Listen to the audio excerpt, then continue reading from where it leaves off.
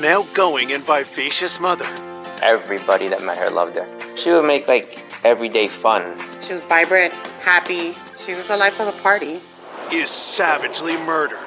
The level of brutality that was involved in the actual murder was just shocking. Her throat was slashed almost to the point where she was decapitated. Police hunt for an elusive killer. We had nothing to tell us what happened. Crime scene evidence produced basically nothing. We couldn't figure out who did it and why they did it. We were really baffled. Could have been anybody. And follow a twisted trail of evidence. Why would he use a calling card? There were 44 phone calls made up until the day of the murder. The officer found a loaded handgun and hollow point bullets. It kind of lit up like a light bulb. Until a desperate move. This was really the one shot that the police had to solve this case. Reveals a secret that stuns everyone. I was very surprised, I was shocked. All of us were. I never would have expected that it would lead to this.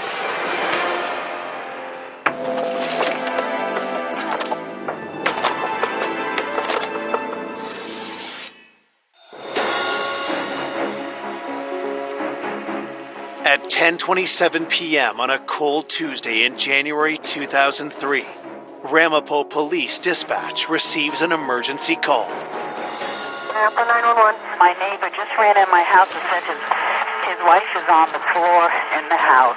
He's here and he's sort of in a state of shock. Let me talk to him on the phone. All right, hold on a minute. Yes. Sir, I have help on the way. You stay right where you are until the officers get there. Do you know if your wife is breathing? No. She didn't answer me. Did you check to see if she was No, breathing? I walked into her room. The lights don't go on. Okay. Does she have any injuries? Yes, she's got blood on her. Where? When I cried, Evelyn, she didn't move. Did you come home and find her that way? I just came home. Officers are dispatched to the home, located in a quiet family neighborhood. When I initially approached the house, I see a man with a young boy with this really blank face. Walking by, he didn't say anything to me. I noticed that he had a shopping bag. It looked like a gallon of milk. I enter the home and go upstairs to the back rear bedroom to give this woman aid, only to find that I was at the scene of a murder. Her injuries were so severe. She's clearly dead. She's a very deep laceration to her neck, and she has what appears to be a knife handle sticking out of her chest. And the blood is just pooled around her body. To me, it looked like the blood was still moving. And I was thinking to myself, this just happened. It could be that the killer's still in the house. So myself and another police officer went room by room and cleared the house, and we didn't find anybody else inside.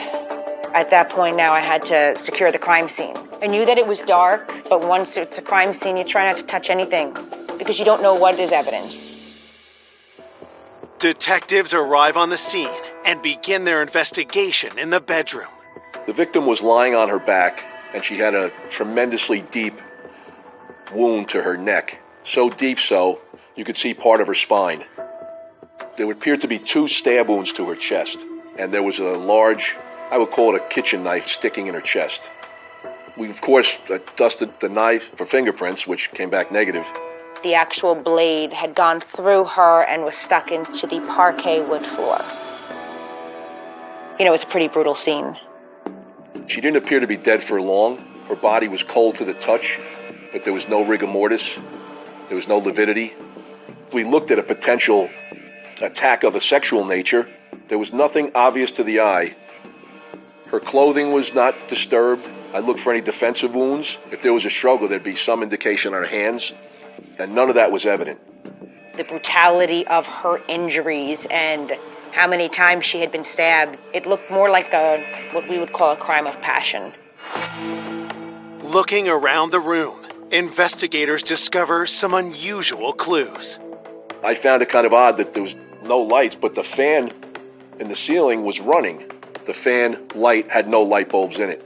And in the garbage basket were 3 light bulbs, and there was one on the floor next to it. And I'm like, that just, what's this all about? And there was a wall sconce that had a light bulb that was loosened. To me, it would be indicative of somebody looking to hide their presence, lessen the ability of the victim to see them.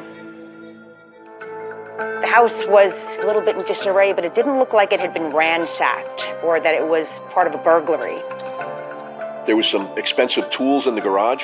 There was quite a bit of silverware, which is a burglar. They would take that, I would think.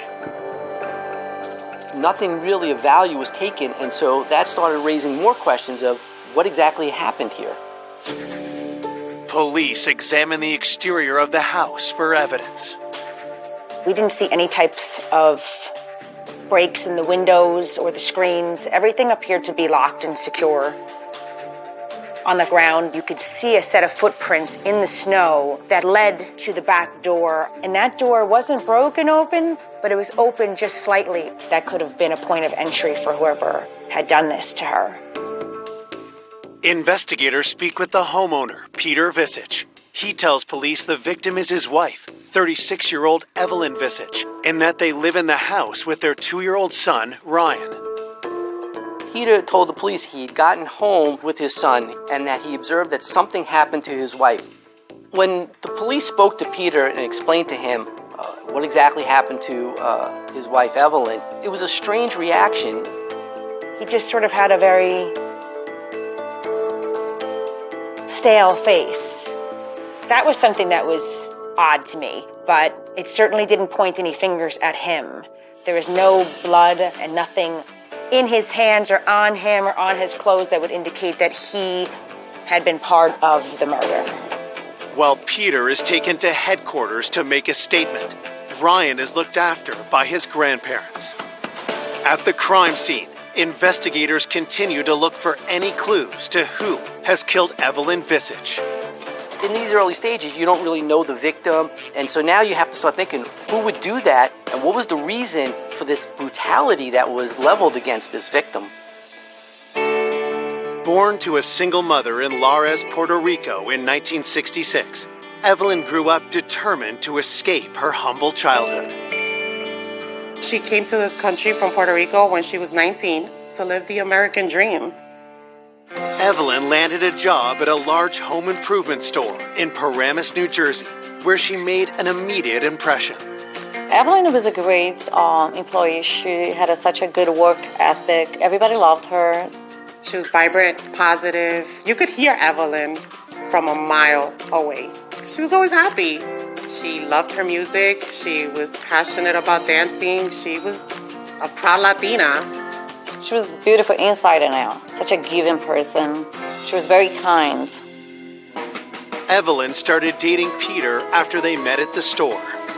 Peter used to shop there with his father. He was very quiet, very polite, family-oriented. He seemed like a good guy. Someone that she could see building a family with. That was her dream.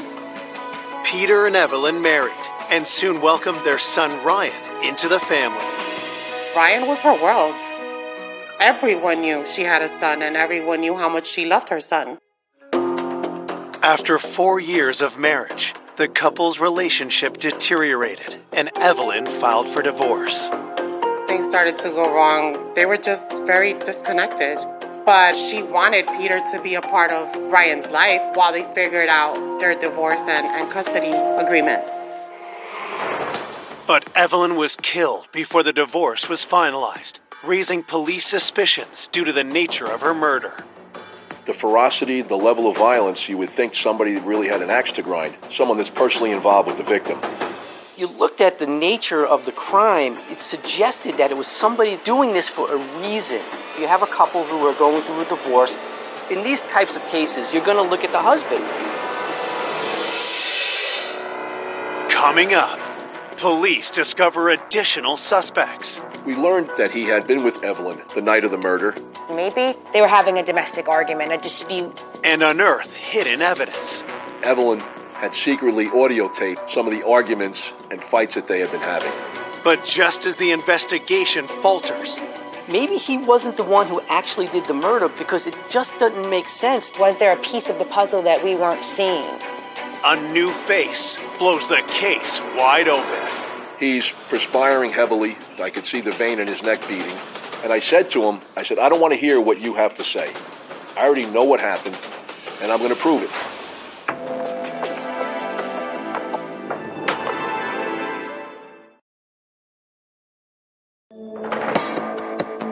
Police investigating the murder of mother of one, Evelyn Visage, have their first suspect, her estranged husband, Peter Visage. You have to start thinking, did the husband do this? Or is he involved in it somehow? Peter mentioned that his relationship with Evelyn was troubling to him because they were in a different place. He wanted her to stay home. She wanted to work. And the relationship deteriorated, and Evelyn had filed for divorce. Evelyn and Peter still lived in the same home, even though this divorce was proceeding. They slept in separate bedrooms, but they were living under the same roof. Peter claims he last saw Evelyn alive the morning she was killed. He had taken his son for the day. Evelyn had gone to work.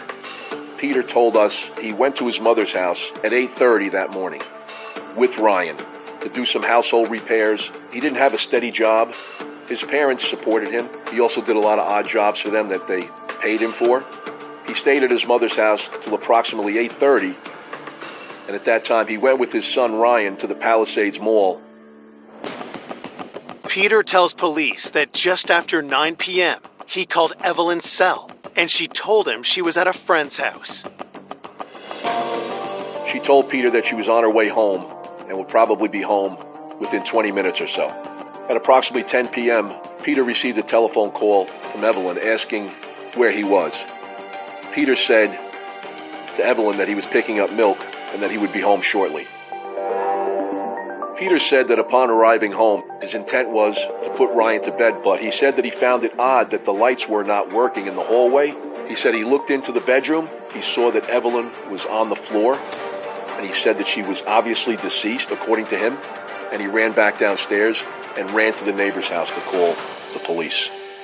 Peter Visage was questioned for over 16 hours. I mean, it was a very long interview. He never asked to leave. He never said, I want a lawyer, leave me alone, anything like that. He was cooperative throughout. He agreed to provide us with fingernail clippings, hair samples, blood sample, a buccal swab for his DNA. As Peter is providing samples, investigators run a background check. There was nothing in his history indicative of this violence.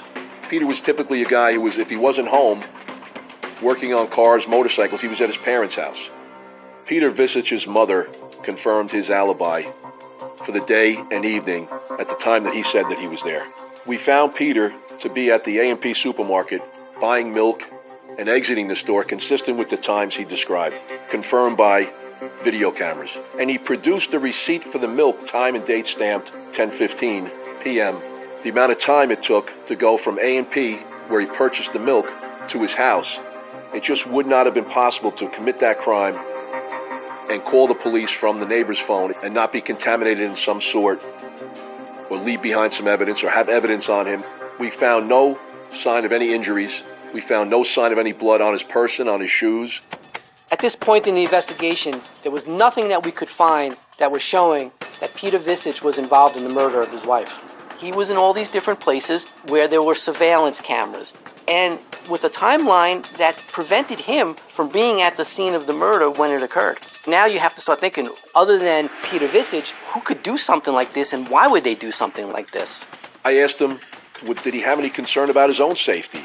Somebody came into your house, maybe they were looking for you too. Does he have any enemies? Does he owe anybody money? Does he have any illegal habits, drugs, gambling? And he answered no to all those questions. And I asked him if he knew anybody that might want to do this. And he said that she did have a boyfriend and that we should look at him. Evelyn was dating another employee of Home Depot, Mike Granda. Here you have people going through a divorce, and now you have a boyfriend thrown into the mix. A motive could be jealousy, could be a fight in their relationship. The fact that she still lives with Peter could be a source of upsetment for Mike Granda. Maybe it was a jealous boyfriend who had come in there. It fit the profile for the crime scene, being that it was so horrific. The next morning, police head to Evelyn's work to interview her boyfriend, Mike, and find that her coworkers already suspect something is wrong. I remember I kept calling her because Evelyn was always at work by the time I got there. And she wasn't there that day. I saw detectives when they came in, and I got suspicious. And I said, something happened to Evelyn, right? So the detective said to me, how would you know that? So what I said was, you just confirmed it to me. We interviewed Evelyn's co-workers, and to a person, they all loved her and spoke highly of her. And she had some very close relationships with people that she worked with that loved her dearly, that she was good to them, they were good to her, they looked out for each other. Evelyn was very, very loved at work. Emotionally, it was horrible. I mean, we were her friends. We were her family. She wasn't just a friend, she was like a big sister to me. As investigators speak with Evelyn's coworkers, her boyfriend, Mike Granda, arrives to start his shift. When Mike Granda arrived for work, we told him that Evelyn had been murdered. He was visibly upset. But when detectives ask Mike where he was the night before, his answer raises eyebrows. According to Mike Granda, he had been with Evelyn the night of the murder. At that point, you have to really look at every possibility. Maybe she was going back to her husband. Maybe she had broken up with him. Maybe it was a crime of passion. Maybe they were having a domestic argument, a dispute. We had to look at him as a possible suspect for the murder.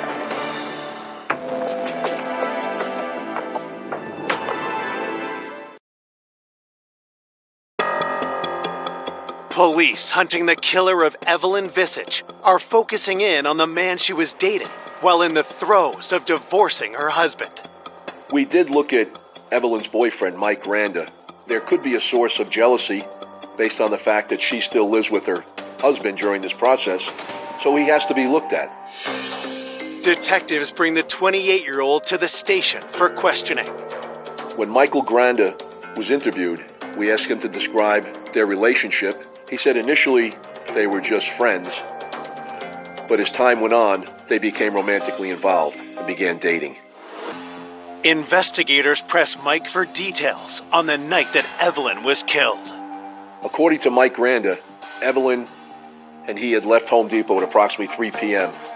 Evelyn had gone to the Garden State Plaza Mall to return some clothes, and she actually was supposed to be having dinner with her son that night. But Peter called Evelyn and said, I'm going to my mother's house with the baby.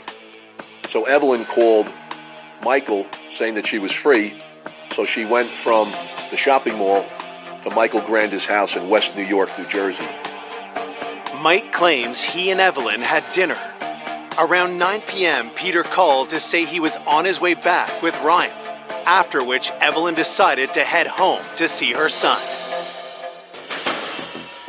Michael Granda's house is approximately a 40-minute drive to the Visage house. Michael Granda called her when she was approximately 20 minutes from home when she was on the Garden State Parkway. Approximately 40 minutes after that phone call, Evelyn was being murdered. We asked him to describe his whereabouts. He said that he had stayed home for the rest of the night, watched TV, and went to bed. So there was a window of opportunity where he did not have an alibi that could be corroborated by someone else. We subpoenaed his phone records to try to determine where he was. Michael's cell phone records indicated that his cell phone was in his apartment or very close by his apartment in West New York, New Jersey. If he were to drive from West New York, in all likelihood, he would have to pass through a toll. We subpoenaed toll records, Easy Pass records. We subpoenaed some cameras, video records from some banks in the area looking for his car passing by, and none of that was ever found. So that also led us to believe that he was telling the truth. He actually was in his home at the time that Evelyn was being murdered. I never thought for 1 second that Mike had anything to do with it. Mike really lifted her up on a pedestal. He gave her that support that she needed. Mike made her feel beautiful. Michael was most cooperative. He offered his phone. He offered his laptop computer. He offered samples of his blood, a buccal swab for DNA, hair. He offered everything. He said, please, I know you have to look at me, cross me off the list and find out who did this. It just never even dawned on me that the police would look at me. I just tried to give them as much information as I could. I do remember telling them, like, oh, I know you guys have to suspect me, I told them if they wanted to search my house, they could. If they wanted to search my cars, they could. I was just very focused on trying to be helpful. After the police obtained all of the information from Mike and speaking with him and speaking with others, he was quickly ruled out as a suspect in the murder of Evelyn Visage. And there was just nothing to suggest that Peter Visage was involved. So if you don't believe the husband's involved, you don't believe the boyfriend's involved, you have to look at other individuals that may be involved. At that point, it could have been anybody. You can't make assumptions on who it could be. You have to really look at every possibility.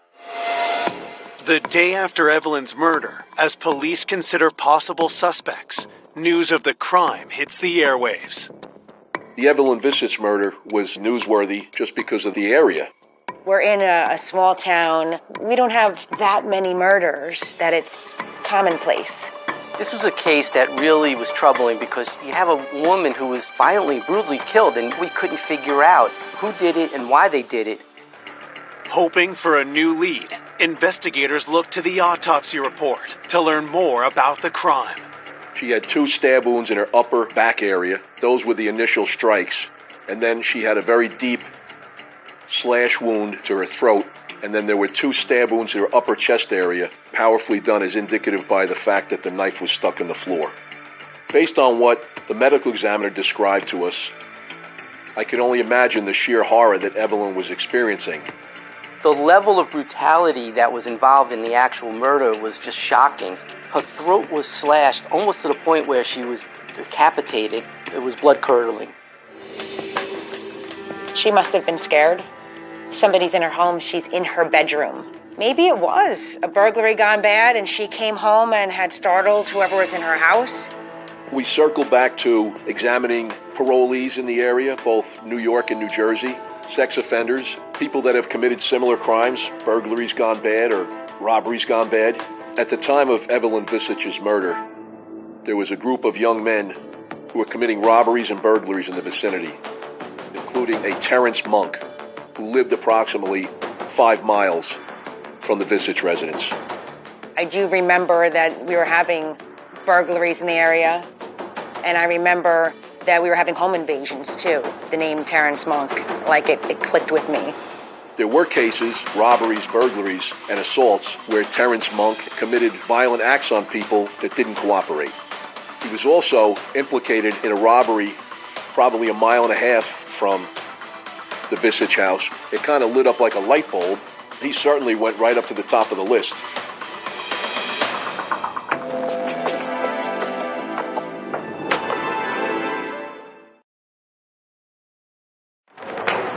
Evelyn Visage was killed in her own bedroom in a frenzied knife attack.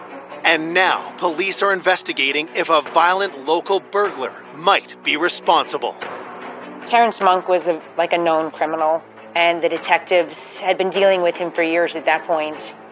We had been investigating him so arduously, and for such a long time, there was not any possibility of cooperation on his behalf. To get the information they need, investigators take a different approach. I utilized a confidential informant to try to determine where Terrence Monk was, and if in fact he was involved in this crime. He described to me where Terrence Monk was at the time that Evelyn was murdered. He told us that Terrence Monk was in Buffalo, New York, and that was substantiated by witness statements and his cell phone records. It's another dead end for detectives. They press the informant for any other information that might help solve the case. This young man was so plugged in the criminal community, so I asked him what the word on the street was. If it was a local guy, chances are, in the criminal community, somebody would have been talking. And he said there's nothing on the street at all. No information about who killed Evelyn Visage. With no other leads, police re-canvass the neighborhood around the Visage home.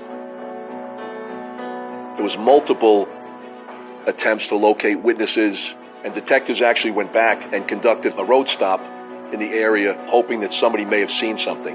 Nothing was discovered, and we couldn't gain anything from that.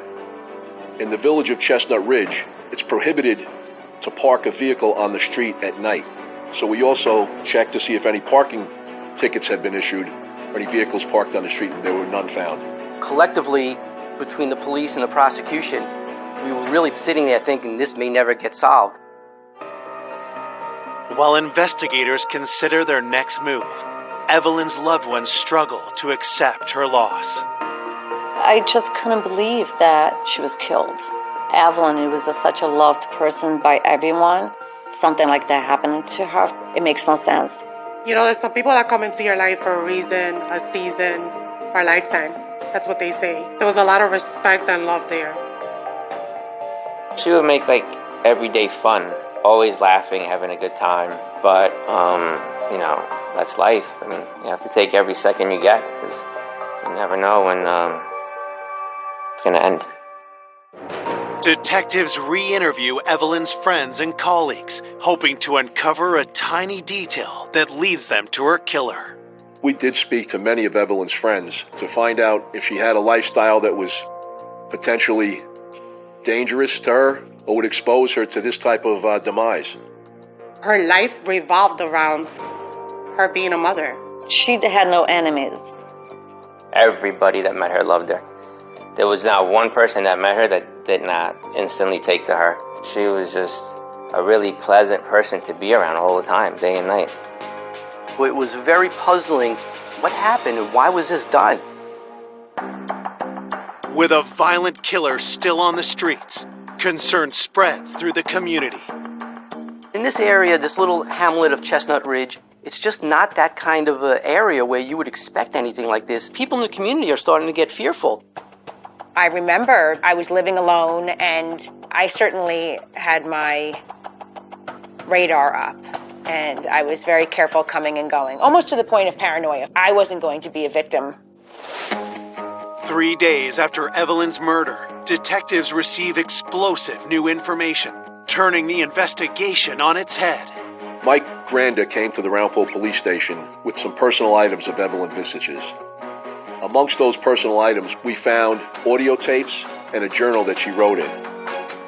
Detectives immediately recognized the voices on the audio tapes as Evelyn and her husband Peter. Evelyn apparently had secretly audio taped some of the arguments and fights that they had been having. Everything from any money that she spent, taking the car away from her, shutting off her phone. He wanted to be completely in control of Evelyn, so it was in stark contrast to what Peter described to us. The fact that Peter didn't describe any turmoil caused us to have some doubts about how truthful he was being. Evelyn's journal contains even more startling revelations about their divorce. He wanted custody. He was told that he wasn't going to get full custody. And he wanted the sale of the house. So if Evelyn is gone, he's got the child, he's got the sale of the house, and he can move on. When detectives try to follow up with Peter about these revelations, they're met with silence. At this point, Peter had retained an attorney, and we were no longer able to question him. So that again raised some suspicion. We went back and looked harder at Peter, based on the fact that he had the most to gain from Evelyn being dead. With Peter having an ironclad alibi, investigators consider other scenarios. Maybe he wasn't the one who actually did the murder, but you have to wonder if somehow Peter is involved in this, because it just doesn't make sense that anybody else had a reason to do this. The suspicion is enough to get a warrant to search Peter's vehicle. We had no idea at the time that that search of the van was about to unleash a whole new avenue of this investigation and turn this case totally upside down.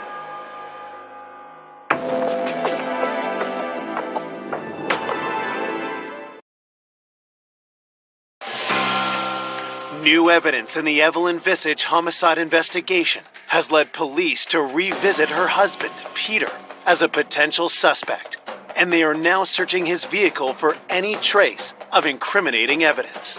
You just never know what might be that little piece. You know, whether it's a hair or a fingerprint or that one bit of DNA might be the break in the case. Desperate for any lead in their investigation, police make a critical discovery.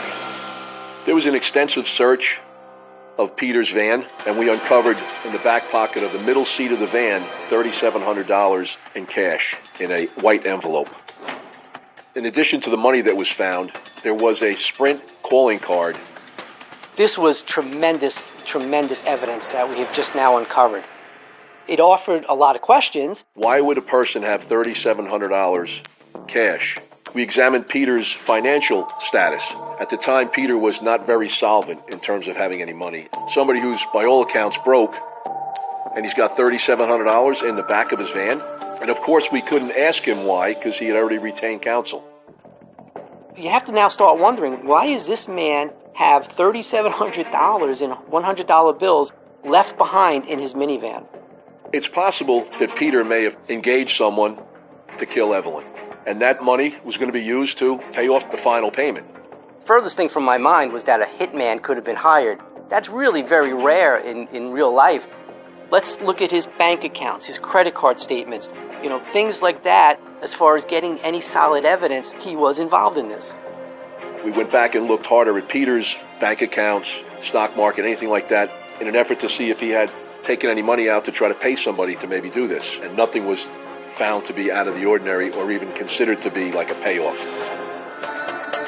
Finding no evidence Peter paid to have Evelyn killed, detectives focus on the other item found in his van. Why would he use a calling card? Most folks, unless you don't have a cell phone or don't have a landline, don't have the necessity for a calling card. And Peter had a cell phone. He had a home phone. So we subpoenaed the records for that calling card. There were 44 phone calls made from that prepaid phone card records beginning in November of 2002 up until the day of the murder in January of 2003. Of 44 calls made on that card, almost all of them were made to an individual named Frank Thon.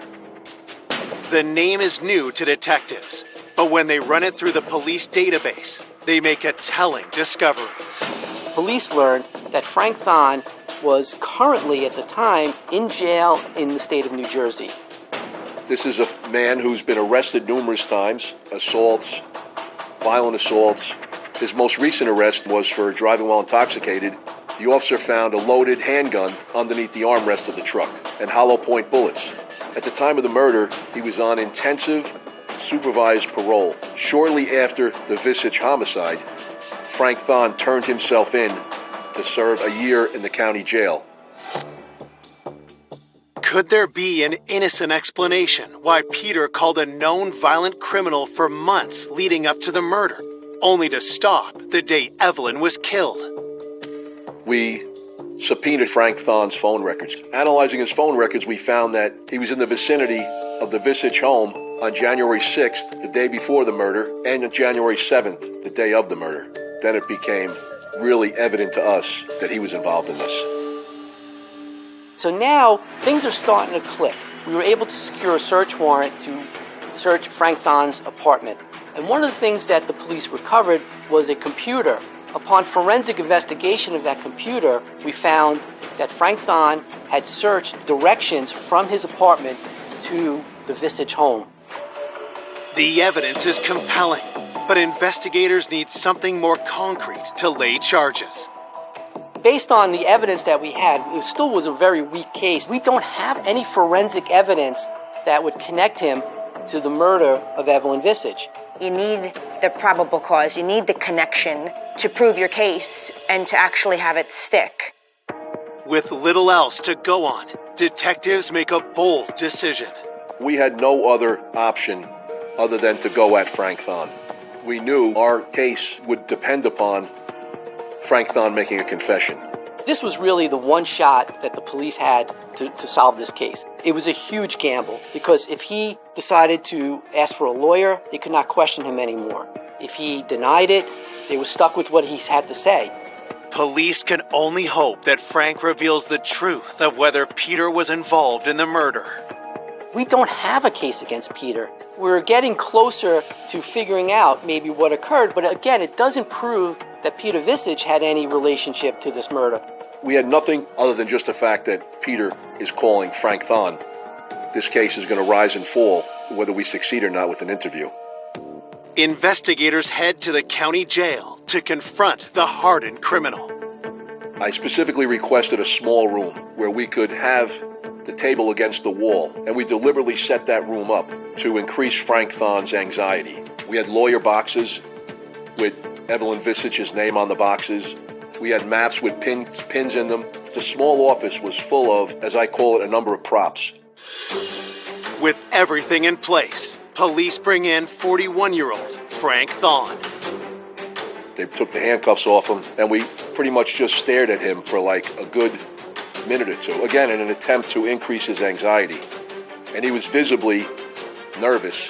And I said to him, I don't want to hear what you have to say. I already know what happened, and I'm going to prove it. And I'm going to tell you what, a murder for hire in New York, you could potentially face the death penalty. We told him that we had all types of evidence implicating him, and his face hit the table. He's perspiring heavily. His heart rate was obviously increased. I could see the vein in his neck beating. And I said to him, you don't have any friends in this world right now. I said, if you tell us the truth, we'll try to assist you in getting the best possible deal. There was a long pause. He took a big sigh, and then he began to tell us what happened.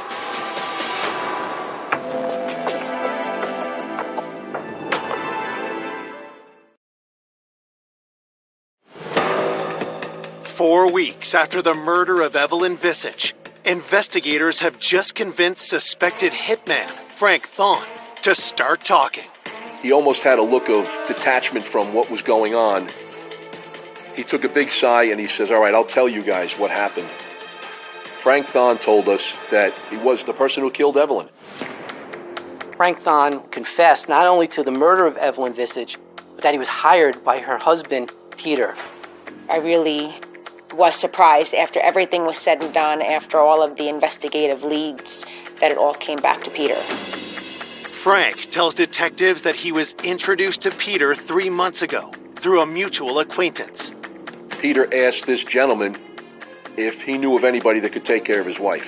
Frank Thon requested $10,000 cash, with $5,000 being paid up front.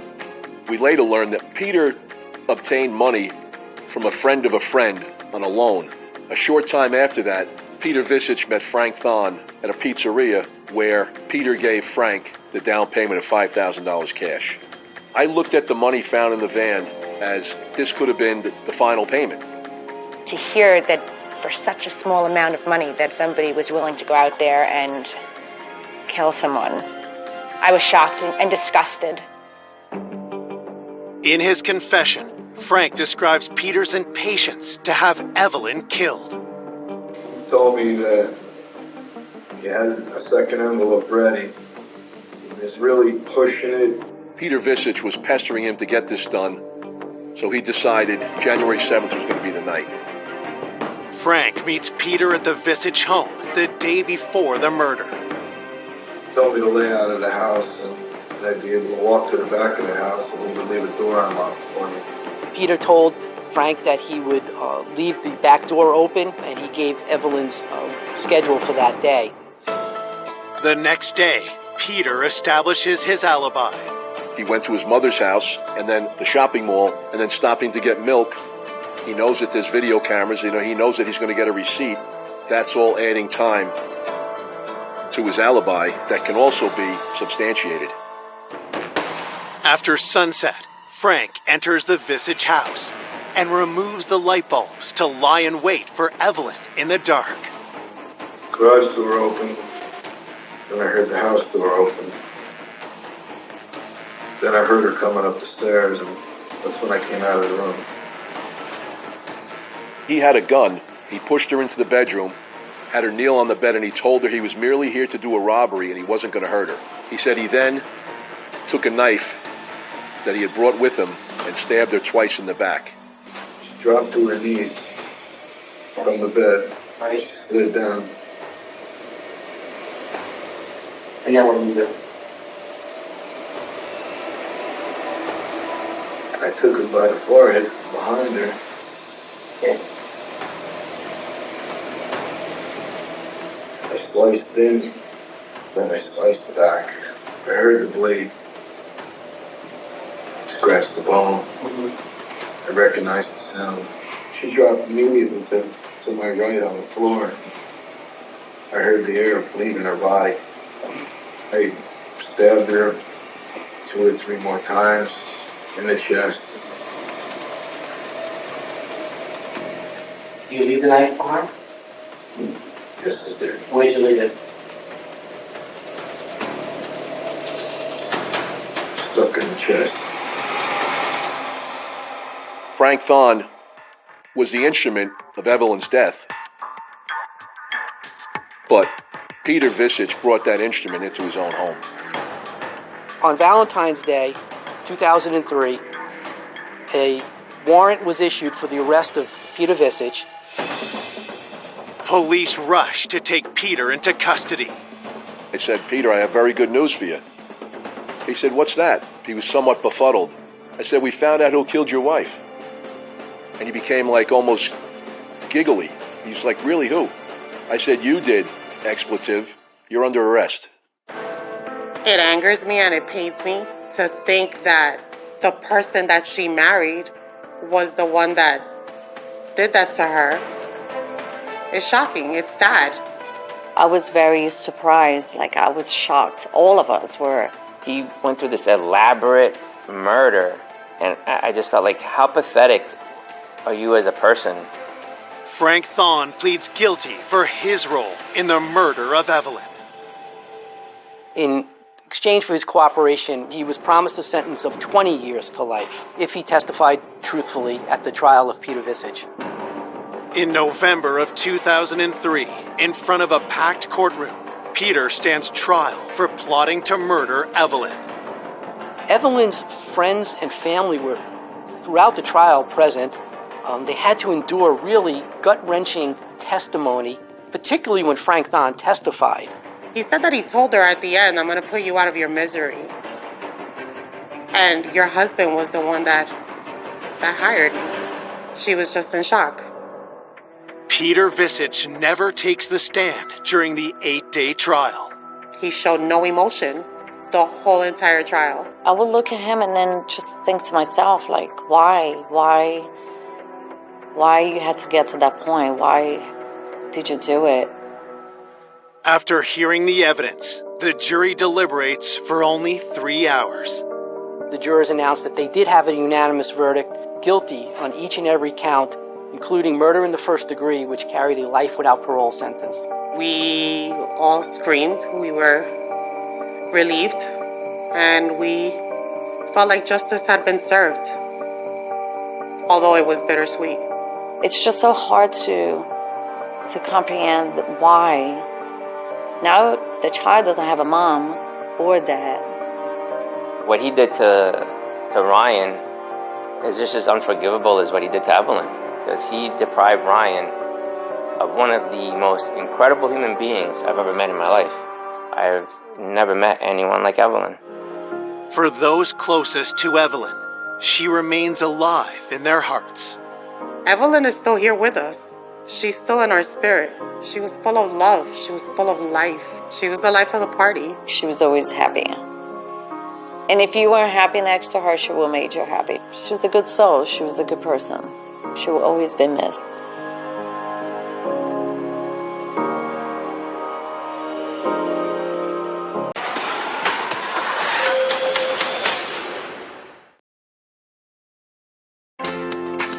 A vibrant and loving young mother. She was just an awesome person.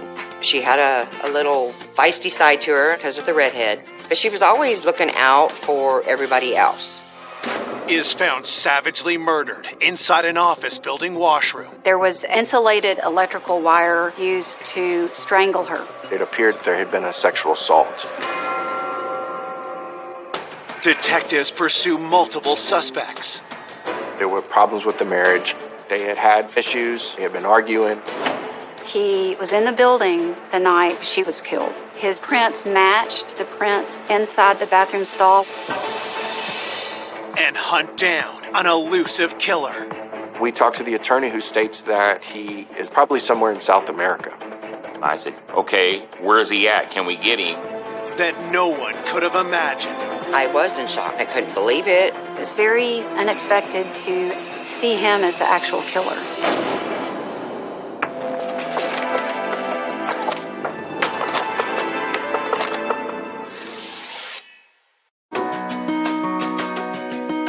Known for its live music scene, Austin, Texas is also one of the safest big cities in the country.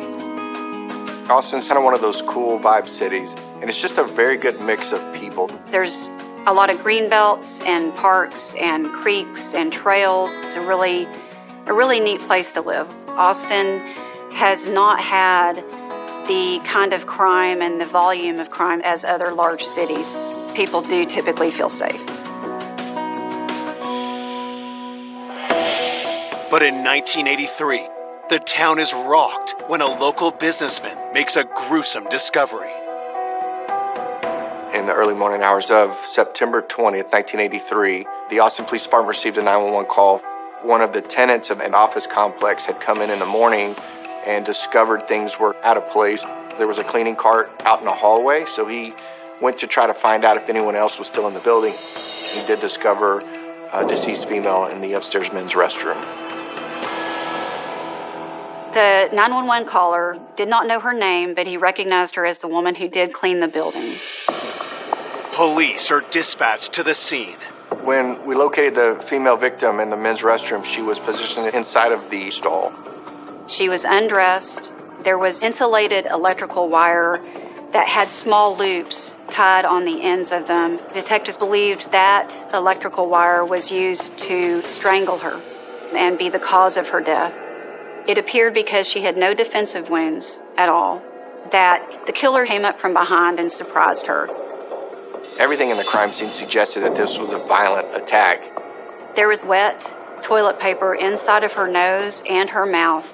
It stands to reason the killer put that in her mouth and her nose after he strangled her to ensure that she was good and dead.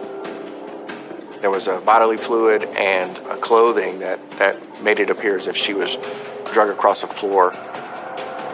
Her clothes were scattered amongst the restroom, and it appeared that there had been a sexual assault. The victim was identified by an ID that was found inside of her purse. She was Lori Stout, a 22-year-old female from Austin. While forensics collect samples, investigators look for other evidence left behind by the killer. A significant fingerprint was located in the men's stall of the restroom. When dragging her in there, the person would almost have to brace themselves on the wall of the inside of the stall. The print inside the bathroom stall matched a print on the second floor fire escape. So the two of those were pretty significant. Had the killer fled through the fire escape after committing the murder? Detectives head down to the parking lot looking for more clues. They found that there was a spool that was used for insulated electrical wiring inside the dumpster. They also found some looser pieces of the same type of wiring that was used to kill the victim. Detectives bag the items for analysis. Back inside, police start piecing together a theory of who could have committed this horrible act.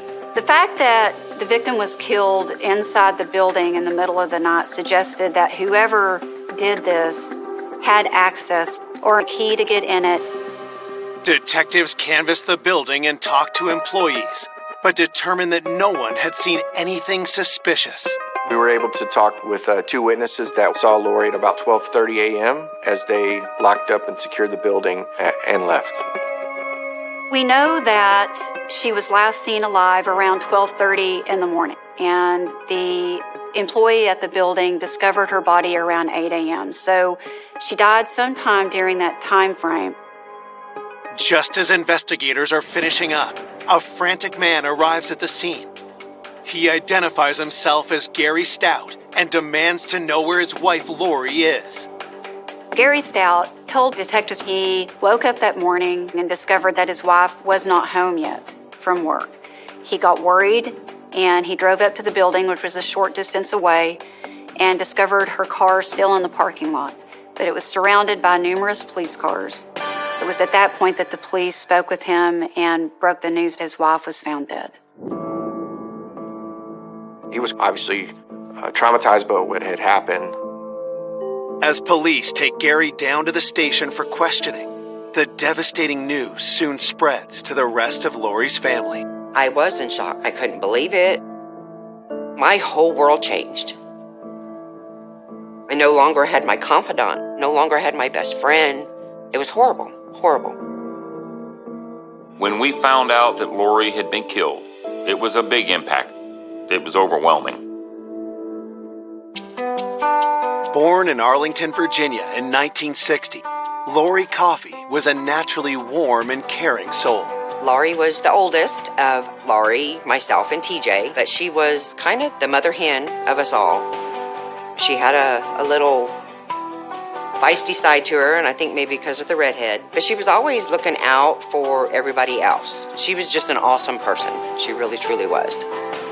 Lori was the leader of us three musketeers, me, Beverly, and Lori. And she kept us going. After moving to Austin with her mother and siblings, in 1977, Lori met Gary Stout, who worked logistics for the military. It all flourished very fast. She was so giddy about Gary, and they fell in love. All in all, he just seemed like a good guy, so we were all, okay, so this is it. After a whirlwind courtship, Lori and Gary married the following year. 3 years later, Lori became pregnant. She was over the moon. Very, very happy. I mean, that's what she wanted. She wanted to be married, start having a family, and she was on her way. But Lori is soon forced to face the harsh realities of military family life. Gary got orders to go to Belgium. She was very sad. Lori was sad that Gary was gone overseas, and here she was facing having a baby on her own at home. On January 26, 1982, while Gary is away, Lori gives birth to a baby girl. Lori had a really easy labor, and, now we have this little baby, and, of course, she was ecstatic. I think that she very much enjoyed being a mother. I think that she experienced probably the happiest months of her life after I was born. In order to spend more time with his family, Gary left the military and took a job as a maintenance worker in the same building where Lori worked nights as a cleaner. She was very excited that he was coming home. That's all she wanted, just to be a mom and wife, homemaker. With her life finally on track, how did this loving young mother become the victim of a cold-blooded killer? As with any investigation, you have to look at those that are closest to the victim and those that have motive. As an employee of the building and maintenance worker there, Gary had access. Down at the station, police questioned Gary about his marriage to Lori. When we asked him about any problems in their relationship, he quickly admitted that they had had issues, they had been arguing, and were unhappy. Detectives discovered that Lori actually went and stayed with her sister, Beverly, shortly before the murder happened because of a really big argument that she had with Gary. Things were not going all that well for her and Gary, and she was miserable. This definitely created a concern that there were problems with the marriage. So knowing that he has access and motive, it raises the level of suspicion that he could have been involved in this crime. Coming up, detectives uncover disturbing secrets. He wasn't happy in his relationship, and he admitted that he was looking at leaving her. Lori's family felt very strongly that he was the killer. Before a shocking tip takes police in a whole new direction. We received information from a female victim of a man that committed a similar attack against her. This is a big turning point in the investigation. Could this be a serial rapist? Could it be a serial murder? And has detectives risking it all to catch a killer. He knew it was going to have to be something big for us to find him. We were holding our breath. We weren't sure it was going to happen.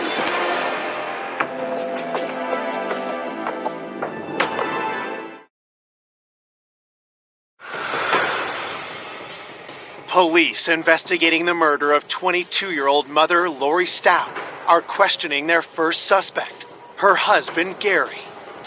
When Gary was being interviewed, he was very forthcoming about the poor state of his marriage with Lori. So it was a little bit of a red flag. At this point in the investigation, we need additional information about problems that may be in their relationship. Laurie and Gary were happy. When they first got married, she was proud to be a wife. That's all she wanted. But things changed when Gary returned from overseas. Laurie wanted it to just be like it was before he left, and unfortunately that was not the case. So knowing the family's account of their relationship as well, knowing that it was a volatile relationship, that created concern that he could have been frustrated with Lori and committed this type of act. When detectives press Gary for details about why his marriage was falling apart, he makes an alarming confession. He admitted that he had actually had an affair and was looking at leaving Lori. Gary tells detectives that he met a woman while overseas and that she had since come to visit him in Austin. At this point, the detectives are wondering, does Gary want Lori out of the picture given the very bad state of their marriage and the fact that he wants to be with this woman he's having an affair with? Gary explains that he ultimately chose to stay with Lori, but detectives become even more suspicious after they ask him for an alibi. He stated that the night before, he and Lori had an argument, so she went and slept on the couch. At one point, she finally just got up in the early morning hours, went to work.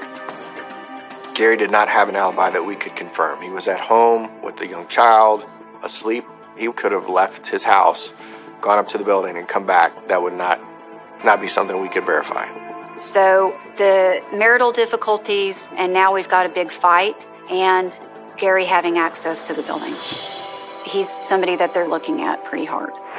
Detectives ask Gary to provide samples of his blood and fingerprints to be compared with evidence found at the crime scene. He was cooperative with us. He provided samples that were requested. Looking further into Gary's movements leading up to the murder, investigators reach out to his boss at the office building. The manager of the building informed the detectives that Gary had fixed a water heater the day before Lori was killed. And he used the same type of electrical wiring that was used to kill Lori. This was another extremely big flag in the case. All these things together really raised the suspicion that this is the guy. As police wait for forensic testing results, Lori's autopsy report comes in. Lori's cause of death was in fact strangulation, and that seemed to match the ligature found at the scene. What was determined is that a sexual assault had taken place. They were able to get a sample of semen. However, this is 1983, so there was no DNA testing available. In order to do any comparison, we used blood type antigens. This kind of evidence is helpful in narrowing down the field of suspects. When we found out how Lori was actually killed, it was disturbing. First thought to my mind, one sick individual. One very sick individual that did it. Pure evil. Absolute pure evil. Detectives eagerly receive the results of Gary's fingerprints and blood tests, but they are far from conclusive. Gary's fingerprints did not match the one inside the stall, but did match prints in the building. But he has access to the building and he is working there. His blood type, it matches the type found in the semen. But of course, Gary is married to Lori, so it's another piece of evidence that can go both ways. Ultimately, we couldn't use fingerprints or any blood work to exclude him. Running out of options, detectives try one last method to get to the truth. Gary Stout was provided an opportunity to take a polygraph. During that interview, he was asked if he was responsible for the murder of Lori, and he advised he wasn't. The results of that polygraph indicated that he was being truthful and there was no deception. Detectives were surprised that Gary passed the polygraph. Now, detectives have motive, they have access, but no evidence conclusively to show that Gary is in fact the killer. With nothing to hold him on, Gary is free to go. At this point, Gary is not ruled out as a suspect, but he takes a little bit more of a backseat. Looking for new leads, investigators turn their focus back to the numerous employees who work at the building where Lori was killed. What's difficult, particularly about a public space like this, is so many people have access. We talked to everybody that was a tenant in that building and started working our way through that process. Many of those folks were excluded based on fingerprints, evidence, everything else that could really put them to the side. But police learned that the building's tenants weren't the only ones who had access that night. We discovered that registration was being conducted from the University of Texas' satellite location at this office complex. And they stayed late after hours so that folks could come after work, sign up late into the evening. So this was definitely something of interest for us. Detectives were able to get the names of the male students who had gone in that night, and they had them come down to the police department, and they got fingerprints of these individuals. Police processed the fingerprints of over a dozen students and receive an alarming result. We were able to rule everyone out on the list with the exception of one. We had a fingerprint inside the men's restroom as well as a fire escape door. So this person is somebody we want to talk to and interview.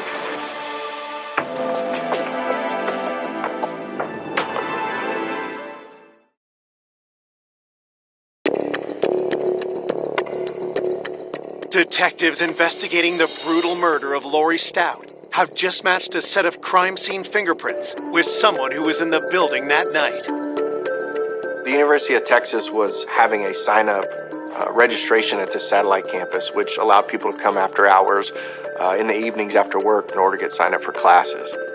So we start going through the list of registrants.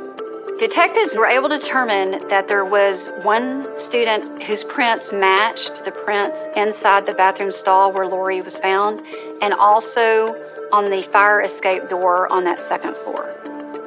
That individual was identified as Robert Van Weese, and he was 18 years old. Investigators interview Robert about his movements on the night Lori was killed.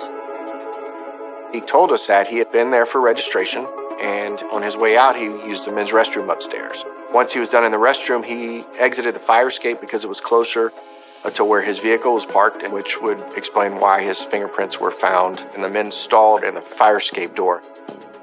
Robert Van Weese did acknowledge that he saw the cleaning lady, which was our victim, Lori, after using the bathroom on the second floor before he exited the building. Robert tells detectives that he left the building at around 12:15 a.m. Before investigators look to verify his story, they ask Robert for a blood sample to compare to the semen found at the crime scene. Robert Van Weese was cooperative. He gave the blood sample at the time, and the detectives submitted it for testing. There is nothing that we discover on Robert Van Weese's criminal history or anything else that causes concern. It appears he's had no contact with law enforcement and no violent offenses in the past. He came from a family that is very well respected. His parents are pretty well-known surgeons in the Austin area. There didn't seem to be anything that would suggest him to behave in this kind of violent way. While they wait for the results, detectives look for anyone who can corroborate Robert's story. Detectives interviewed 2 employees of the education office, and they confirmed that they saw Robert Van Weese leave the building at 12:15. We know Lori was still alive because there were witnesses that confirmed she was alive at 12:30. With Robert looking less and less like a viable suspect, his blood test results come in. The analysis of the blood sample told us that Robert was not a match to the bodily fluids found at the crime scene. The discovery means there is no hard evidence against Robert, and they are forced to let him go. Robert Van Weese was ruled out and eliminated as a suspect. With no new leads, the investigation falters. As weeks pass with no arrests, fear in the community grows. The nature of the crime had created a lot of panic for residents, particularly females. It was difficult because there was no resolution. It left a lot of fear in the community. The police felt pressure to find out who was responsible for Lori's death. I mean, this was a totally innocent mother, 22 years old, taken from her family in a very violent attack. The people in and around that area where she was killed, they were interested in knowing what was going on. It was tough on our family. It is very frustrating. There's somebody out there that has taken a life, and you want that person to be held accountable. Anytime there's a crime committed like this, there's an inherent pressure to solve it, to try to bring some closure and some comfort to the family and to the community. A person that could do something like this, that's not somebody that's going to stop at that one act. Typically speaking, that person is going to continue to hurt other people. We're always worried that, he can continue to commit these kind of acts until he's brought to justice. 1 month after Lori's murder, police receive a promising new lead. We received information from a female victim of a man that committed a similar attack against her. The victim was sexually assaulted and strangled, but she was able to get away. He mistakenly thought she was dead, and she was able to identify him. That person's name was Daryl Kemp. Daryl Kemp at that point was in prison, but he was not in prison at the time that Lori was killed. And so we started looking into this. We evaluated the information and started to determine if this could potentially be a suspect in this case. Police dig into Daryl Kemp's background and discover a disturbing pattern. It's determined that Daryl Kemp committed an attack in 1960, similar, where the victim was sexually assaulted and strangled. He was convicted for the rape and murder of a woman named Marjorie Hipperson in California. He did receive the death penalty for that. But later on, that death penalty got overturned. Ultimately, he was released and paroled in 1978. That's when Daryl Kemp moved to Austin. His MO matched. He's killed in this fashion before, and he was in Austin at the time. So this is going to be somebody that detectives look at pretty intently. Could this be a serial rapist? Could it be a serial murder? We had questions that we needed to get answers to.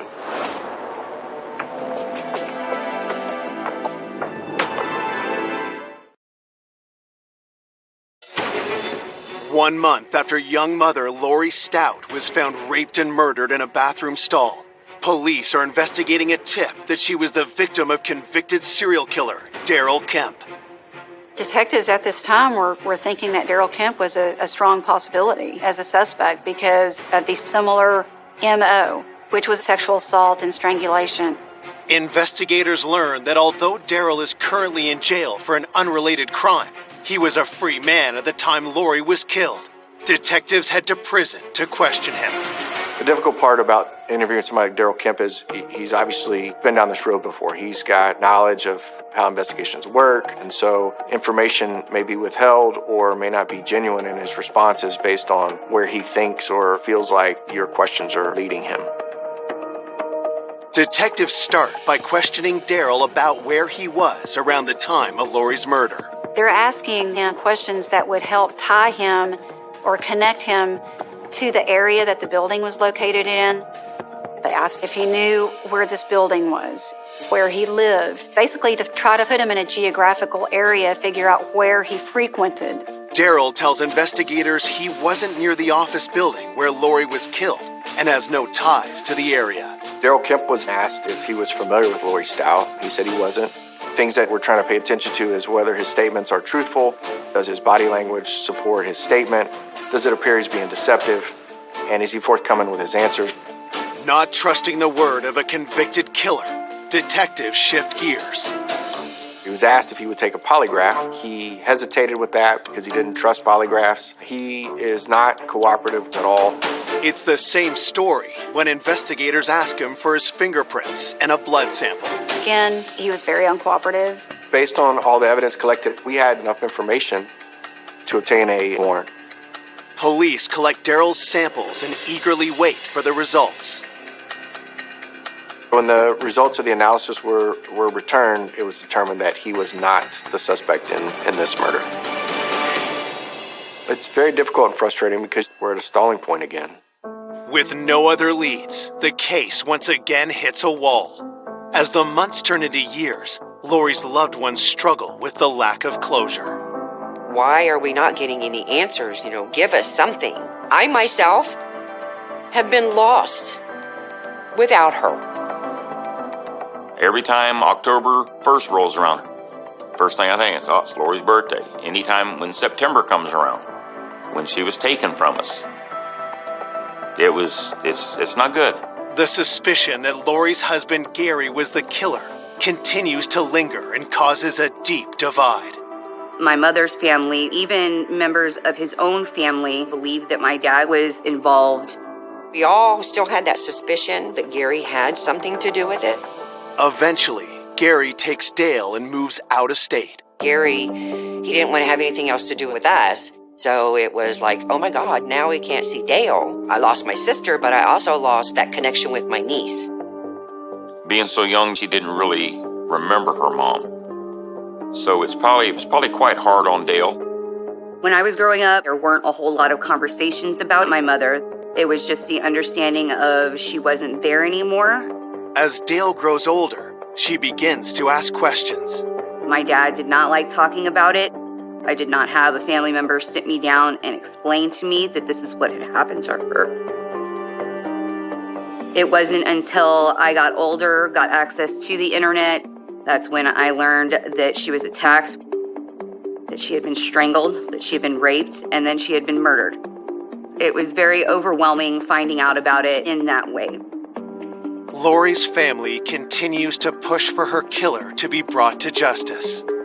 We never gave up hope. We tried to keep it fresh and focused on it. We were constantly checking in. We had to get this case closed to help give our family a little peace. It was overwhelming. The pressure finally pays off. And in 1992, nearly 10 years after Lori's murder, a new team of detectives reopen her case. Now we have new eyes looking at everything. They look at the crime scene photos. They read all the police reports. They look at the various people that were interviewed. Part of that process is to go back and look at old evidence. Are there things now that are available to law enforcement that weren't previously available? Is there testing that can be done? Now we're in 1992, so we have DNA testing, which is much more powerful. With that in mind, investigators revisit their prime suspect, Lori's husband, Gary Stout.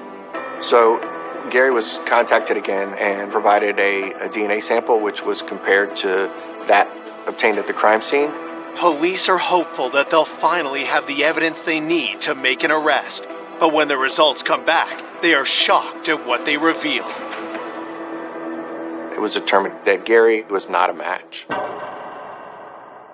So officially, he could be ruled out as a suspect and remove the cloud of doubt that had been hanging over his head for some period of time.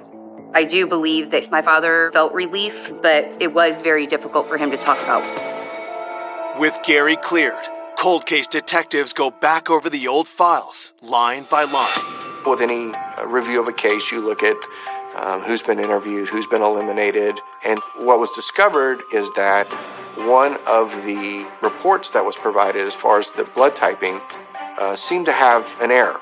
The documentation that was used to finalize the forensic report that excluded a suspect actually showed that there was a clerical error in that lab report. And that particular suspect should have been included as a suspect, not excluded. This is a big turning point in the investigation.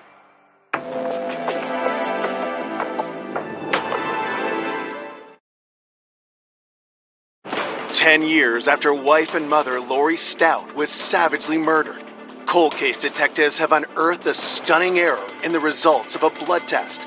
That means a previously cleared suspect might not be innocent after all. What was discovered is that the report said the subject could be eliminated, but there was a clerical error in the document and it should have read that he could not be eliminated. This suspect is Robert Van Wiese, the 18-year-old University of Texas student. He was in the building the night Lori was killed, registering for a class, And he's the same person whose prints were found inside the bathroom stall and also on the second floor fire escape door. Detectives look into what Robert Van Weese had been doing the last 10 years. Robert Van Weese had no criminal history. Here we have this 18-year-old college student coming from a well-to-do family, parents who are professionals, seemed to have a very normal, happy upbringing. He was cooperative. So that all combined with the report that we received, naturally excluded him as a suspect. Could 18-year-old Robert really have committed such a brutal crime? In talking with witnesses, Robert Van Weese is seen about 12:15 a.m. and leaving at about 12:30.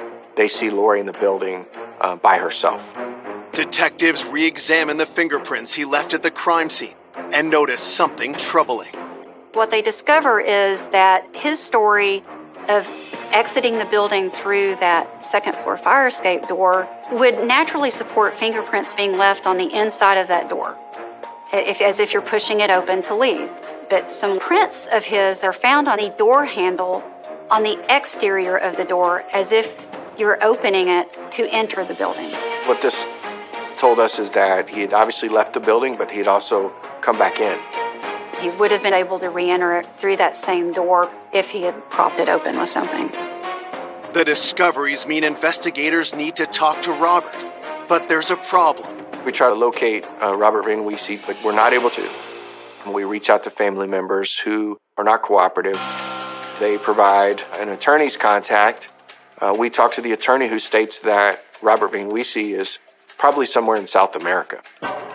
All evidence up to that point showed he was in the Austin area, and then he likely finds out that he, once again, is a suspect, and now we have DNA testing capability, so he flees. Fearing Robert has left the country, detectives scramble to find him. They interview dozens of his friends and family members, but no one is willing to cooperate. Before they can launch an all-out search, detectives still need more proof that Robert's the killer. So they come up with a plan to obtain his DNA. With Robert Van Weese having fled, we cannot get a sample from him, but what we are able to do is get what's called YSTR testing accomplished. And that's familial DNA, and it's specific to the Y chromosome that all brothers and fathers would share. So since Robert Van Weese has brothers in the Austin area, that's something we can actually test. In order to obtain the sample, detectives conducted surveillance with family members, and at one point they observed one of the brothers discard trash and retrieve it. Trash is not something you need to get a search warrant for because it's what's deemed abandoned. So detectives take specific items that would gather DNA evidence, like razor blades and toothpicks, and they conduct YSTR testing. When the DNA tests come back, the results are conclusive. And lo and behold, it's a match. Finally, we're able to make a direct connection with Robert Van Weese to the DNA found at the crime scene. It was surprising to know that a young male coming from the background that he did had the ability to do this at such a young age. There were no red flags with him. And so it was very unexpected to see him as the actual killer. We finally had a name. I just totally broke down. And so you're trying to wrap your head around how could an 18-year-old do something like this? It was shocking because I was 18 myself at the time. I would have never have had that cross my mind. I said, okay, where's he at? Can we get him? And then that's when we learned that he was gone. Robert Van Weese is charged with murder and unlawful flight to avoid prosecution, and a warrant is issued for his arrest. Investigators team up with the FBI and launch an international manhunt. The Van Weese family owned a lot of properties throughout Mexico. We conducted telephone toll analysis. We looked at financial records. We monitored travel of Van Weese's family. We did a tremendous amount of ground surveillance on locations where we thought he might be. There were some tips that the FBI received for sightings of Van Weese in Mexico in certain locations, but we weren't successful in locating him. Years pass with no sign of Robert, but detectives refuse to quit. All you want to do is bring the guy back so he can face justice and get some kind of closure for the victims. But even the FBI, we have limited access, limited resources, and Mexico is a big country. There's plenty of places for him to hide. It is very frustrating because for me, I've lived my entire life waiting for justice, but also very cognizant of the fact that it may never happen. Then in 2016, the hunt for Robert Van Weese takes a promising turn. Van Weese had been on the run for 20 years, so I knew it was going to have to be something big for us to find him. And so we discussed it, and we said, let's do it. Let's go for it. On December 13th, 2016, the FBI places Robert Van Weese on their top 10 most wanted list. This was huge for our case because it brings awareness, but also that comes with a $100,000 reward. So it was exciting to know that we're making traction. Once we announced his addition to the FBI's 10 most wanted list, we again interviewed people that knew him and possibly knew where he was. Probably the most important interview was with Van Weese's mother. We said, Robert is going to be arrested. He is coming home. The safest way is to turn himself in. I think the mother realized with the $100,000 reward, his name on the 10 most wanted list, that it was going to be insurmountable that he was going to get arrested. The pressure pays off, and a phone call comes in that changes everything. Robert Van Weese's attorney contacted the district attorney's office to let them know that he wants to turn himself in.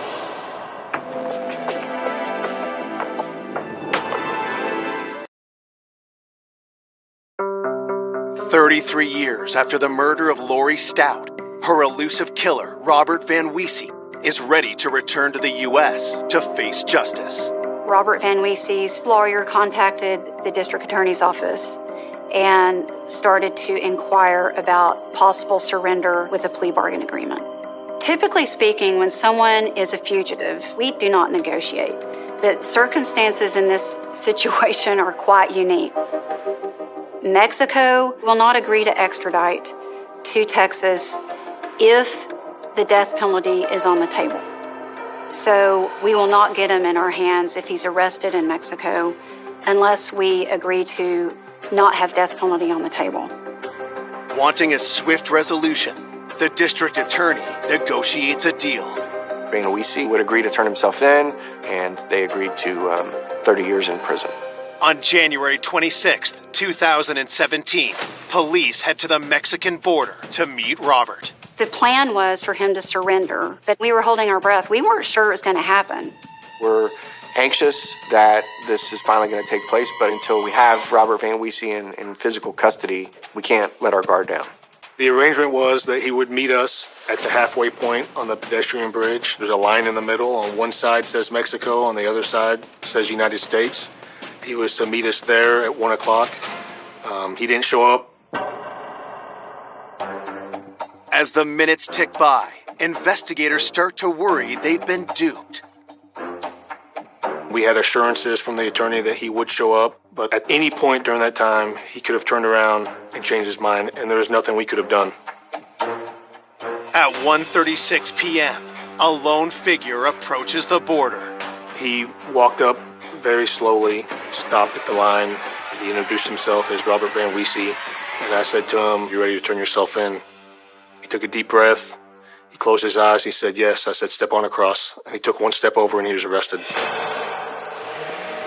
Seeing him walk across that bridge and seeing law enforcement put handcuffs on him, it was extremely satisfying. There'd been so much work from so many different people over the years, that from 1983 up until 2017, now we have somebody that's accountable and be brought to justice. Was one of the most rewarding experiences in my career. I sent the picture to Dale and let her know we got him. And I get a text back that it apparently was Dale's birthday. So it was pretty emotional. She showed me a photo of Van Weese being escorted into custody. It's kind of hard to believe that after all of these years that it would be that day of all days that he would turn himself in. It was, and it still is surreal that it finally did happen. I mean, it just emotions everywhere. I just can't, it's finally over. It's finally over. Finally over. The plea deal means Robert does not have to speak to investigators, leaving them to piece together how they believe the murder unfolded. He showed up that night to register for classes. He sees Lori as she's cleaning. It's possible that Robert Van Wiese and Lori Stout had an interaction as he passed her. Maybe she spoke to him. He goes to the bathroom, develops his plan on coming back in. He's opportunistic, and the opportunity rose, and he left through that fire escape door on the second floor, propped it open. And once the other workers had all left, I think he came back in. When he came back in, he would have passed in the parking lot the dumpster that had some leftover electrical wiring that Gary Stout had used that day for the hot water heater, and grabbed it and went upstairs and then attacked her, raped her, and killed her. Lori was killed in probably one of the most personal, violent ways that someone can be killed. Robert Van Wiese is an extremely cold and calculating person. On March 28, 2017, Robert pleads guilty to Lori's murder and is sentenced to 30 years in prison. Lori's sister, Beverly, is there to deliver an emotional impact statement. I looked him right in the eye and told him what he had taken from our family and what it had done. And, I just told him I hope he rots in hell and gets to feel some of that terror that my sister felt that night. I know in my heart he is where he needs to be. I think Lori's family felt a sense of relief, a sense of closure that maybe now, at least my hope for them now with that is that they could at least start to heal. Him being arrested and incarcerated does bring closure. I think that that's what everybody dreams about when a crime like this happens to one of their family members. Still see Lori's face quite often. She was a hoot. Lori was a hoot. I miss her dearly. I do believe that my life would have been very different if she would have lived. And I know that she would have done anything to make sure that I had what I needed. I still think of Lori every day, every single day. There were a lot of good times, good memories with Lori, and I just wish we would have had more.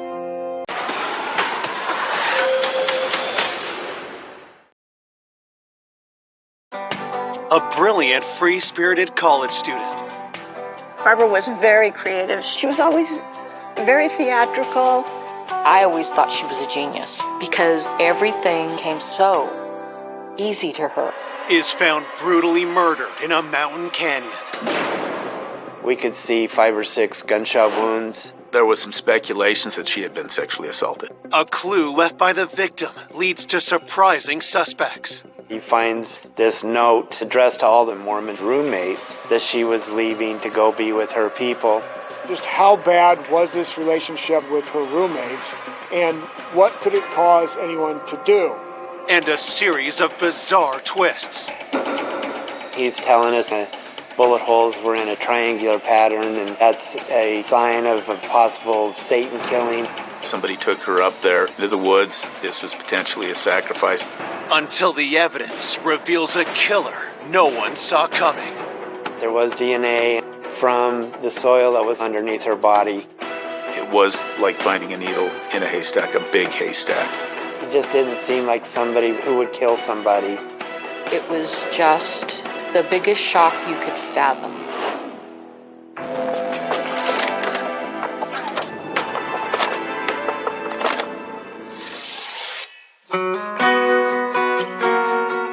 Provo, Utah, a small college town in a picture-perfect mountain setting.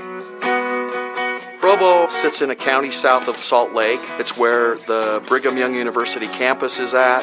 It's a very safe community. During the 1970s, Provo was definitely a place that was very low on crime, and you didn't have to worry about locking your doors at night. That innocence is lost on a cold March afternoon in 1974, when a grisly discovery in a nearby canyon sends shockwaves through the community.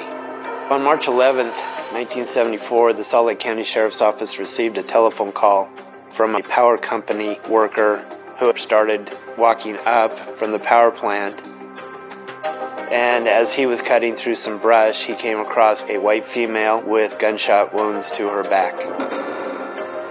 The crime scene is essentially a couple miles up what we call Big Cottonwood Canyon. Investigators race to the canyon where the utility worker leads them to the body. We could see 5 or 6 gunshot wounds. All of them looked to be in her back or in her arm. The shot placements looked like execution type shots, and it looked like she had been there for a few hours at least. With the way that her body was positioned, we felt like sexual assault was part of this crime scene. Her arms were tucked up underneath her. That told us that she was in pain, that she was fearful of what was happening to her. We're looking for things like drag marks, but the ground around the body was not disturbed. It looks like where she was is where she was killed. Detectives are struck by an unusual detail. Her clothes were folded neatly and piled towards the top of her head. We suspected that the victim was probably trying to buy some time. As she was being told to undress, she was stacking her clothes in this neat pile. More evidence is revealed when they turn the victim over. We found some possibly .38 caliber bullets that were recovered after they had gone through the victim's body. We also picked up some soil and logged it into our evidence room. The detectives back in the 70s, they didn't have the DNA that we have in today's crime scene investigations. They focused on all kinds of trace evidence like the soil, fibers, hairs may link the suspect to that scene. While the body is taken to the morgue, detectives interview their only witness. The only thing we really knew at this point was a utility worker had found this body, and we were able to clear him fairly quickly, but we didn't know who the victim was. We didn't have any other real suspects to go with at that point. We got a hold of the local media, let them know that we had a white female, Jane Doe, that we were trying to identify. Later that night, we received a telephone call from the Brigham Young University Police Department that they had received a missing person report of a white female earlier that day. The missing person in Provo matched the description of our Jane Doe. The missing person is 22-year-old student Barbara Jean Rocky, but police need a formal identification to be sure she's also their murder victim. We made a phone call down to a couple of the guys that were hanging out with Barbara. Jerry Hicker is the one that filed the missing persons report. Jerry is also a student at BYU, and he was a friend of Barbara's and some of her roommates. Edward Fisher and Jerry Hicker went to the morgue to do an identification on our Jane Doe. Edward and Jerry confirm the murdered woman is Barbara Rocky. Police now face the difficult task of informing her family. At the time of Barbara's murder, my parents were living in California. My mom found out first from the police and was crying, and from then on, nothing was the same. It was just the biggest shock you could fathom. It's like what you knew of the world has just imploded. Born in 1952, Barbara had an idyllic childhood growing up in Menlo Park, California. Barbara was very creative. She was always very theatrical. I always thought she was a genius because languages and music came so easy to her. Barbara was always rooting for the underdog. If somebody needed help, she would open doors for them. I mean, always doing something very sweet. When the time came to go to college, Barbara's choice reflected a growing spiritual interest. Barbara was always searching for a religion. Barbara was interested in the Mormon religion. My parents were very happy for her to go to Brigham Young because they felt that she would get the safe group of friends and the good education and religion that she required. When Barbara went off to college, she seemed up and happy and like things were going well. Investigators asked Barbara's loved ones if they can think of anyone who might be responsible. Since she was away at college and out of our supervision, we had no idea what she was doing. We just didn't know what kind of friends she was making.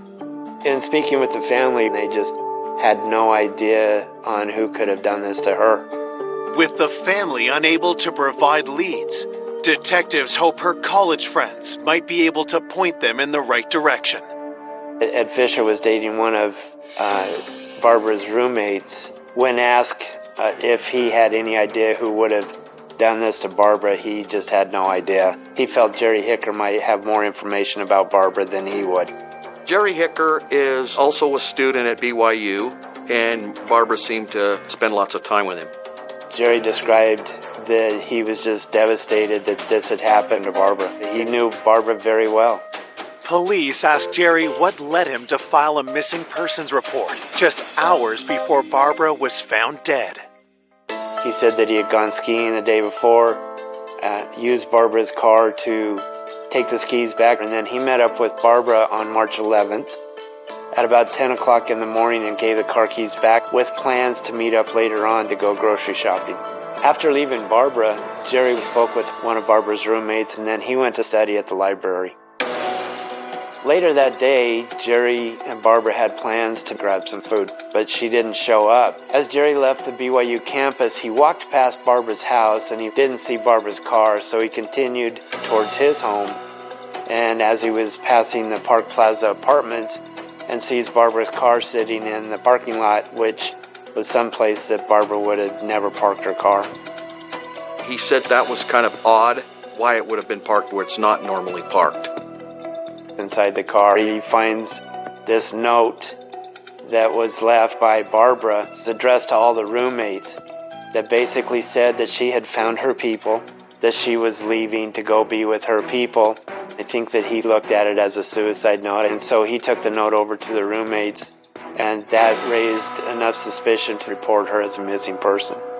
In order to clear Jerry as a person of interest, detectives drilled deeper into his timeline. Jerry gave his timeline up until that evening, and essentially once he found that letter, he came and talked to us. Jerry reported her missing, he found the note, he was cooperating with detectives, so he really wasn't somebody that fit as a suspect. When detectives asked Jerry about any conflicts Barbara may have had, he mentions one unexpected source. Jerry tells investigators that the roommates and Barbara kind of have an off-again, on-again relationship. Barbara Jean Rocky lived with 7 other women from Mormon families. Barbara sometimes liked to do things for shock value, and this is not a place people go to shock others. There was a little bit of intimidation between Barbara and some of the girls. Jerry said that things had gotten so bad that he had tried to find Barbara another place to live. Was it possible one of Barbara's roommates could be the culprit behind her death? Just how bad was this relationship that Barbara Jean Rocky had with her roommates, and what could it cause anyone to do? Coming up, detectives uncover dark secrets. The majority of the roommates were very religious. He had a relationship with Barbara Jean and had been dating one of her roommates. A love triangle could easily turn deadly when there's jealousy involved. He had pulled a dagger on her and said he was going to stab her. And links to a terrifying killer.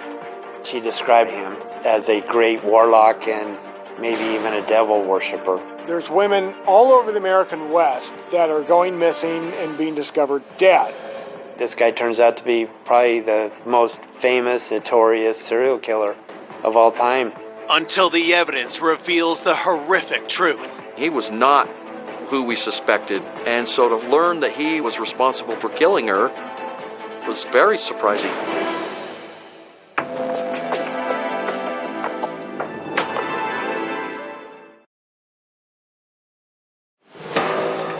After 22-year-old college student Barbara Rocky is found shot dead, police have discovered she had clashed with her roommates and bring them in separately for questioning. The roommates only known her since January when Barbara moved into the house, and going to a predominantly Mormon school, Barbara really didn't fit that mold. She was from California and she was more of a free spirit. She was somebody who was very opinionated and was not a conformist. Barbara Jean Rocky's roommates say that she was kind of dating around, not necessarily saving herself from marriage, and it was generally not accepted. The roommates were very religious. They attended church faithfully.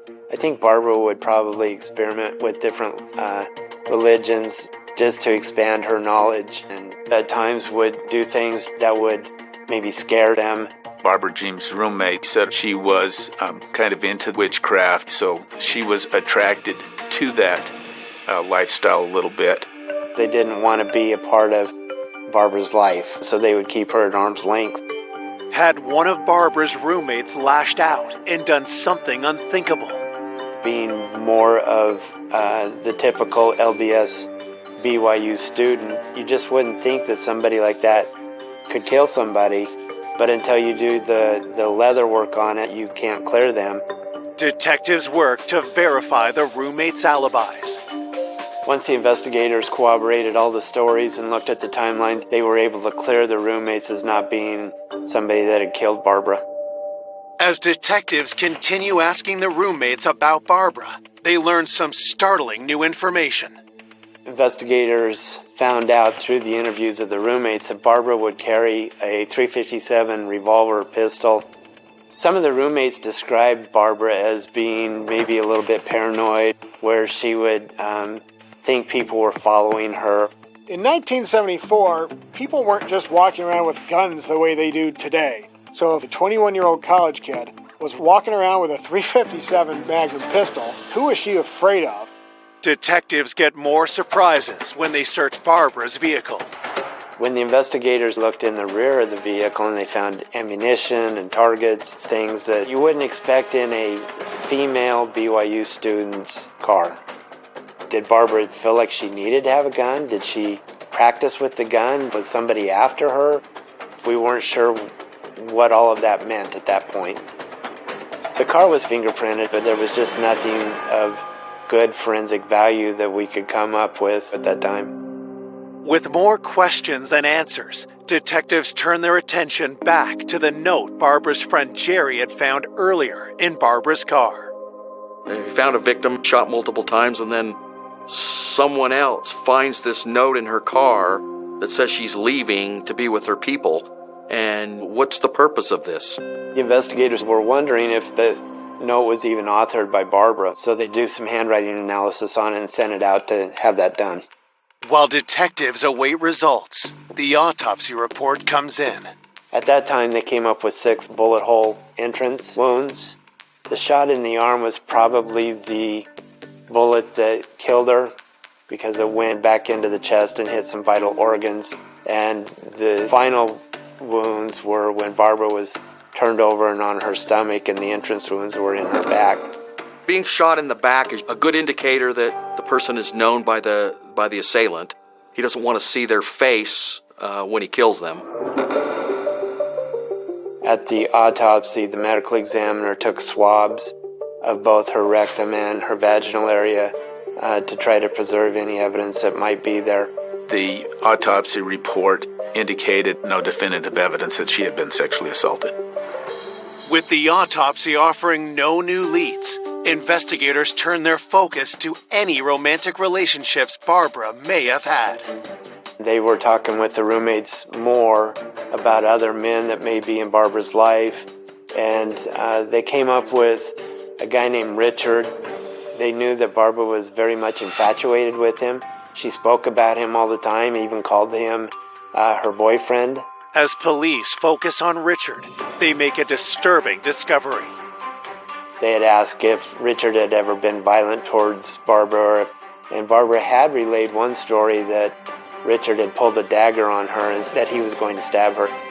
This was not the only alarming story Barbara's roommates relayed to detectives.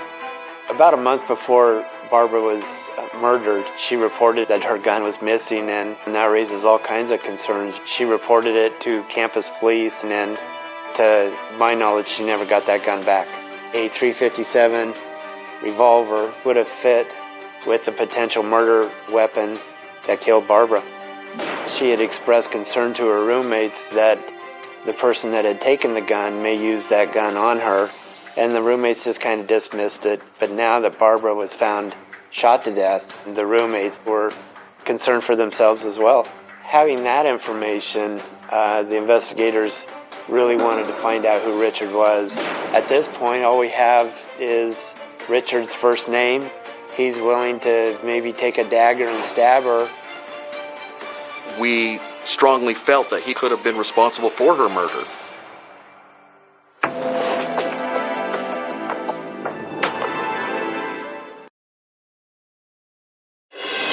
Three days have passed since student Barbara Rocky was discovered shot dead in Big Cottonwood Canyon. And police are hunting a man named Richard, who they believe is her boyfriend. This could be the person that killed Barbara, but all we have is Richard's first name, and so we're kind of running into a dead end. With no way to identify their potential prime suspect, detectives catch a lucky break. Out of the blue, a guy named Richard Finder calls into our department and tells us that he knew Barbara Rocky. Richard Finder initiated contact, offering his services to basically try to help them solve this case. First question we had was, is this the Richard that we've been looking for? As investigators prepare to meet with Richard Finder, they learn everything they can about him. We find out that he's in his 30s, and he's a self-proclaimed psychic. He lived in California. Barbara was from California, so that was one of the connections that they had. We also found out that a .357 pistol was registered to him, which is obviously the same caliber that we're looking for. Richard Finder arrives at the sheriff's office, and detectives begin by asking him about his relationship with the 22-year-old college student. Barbara heard Richard Finder on the radio talking about the occult. Barbara had called into the radio station. They ended up exchanging phone numbers. Barbara had gone up to see him at his hotel, and I think Barbara at one point even felt that Richard was her boyfriend. Richard claimed that it was just a spiritual relationship, that he looked at Barbara not in a physical way. Under further questioning, Richard mentions something that gets the detectives' attention.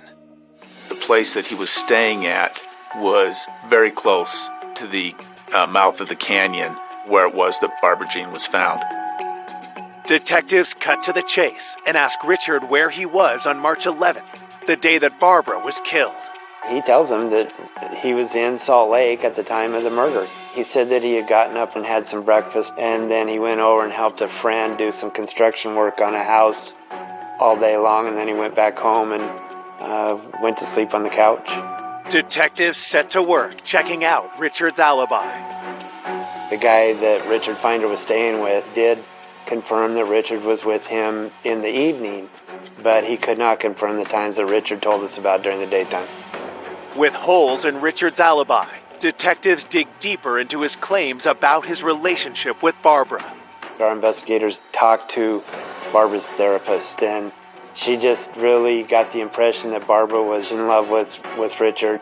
The therapist reveals another way the relationship was less innocent than Richard made it seem. Barbara described Richard as a great warlock and maybe even a devil worshiper. I think that the satanic and the witchcraft, it's not too far-fetched to think, okay, somebody took her up there into the woods. This was potentially a sacrifice. When police confront Richard with these allegations, his response is even more alarming.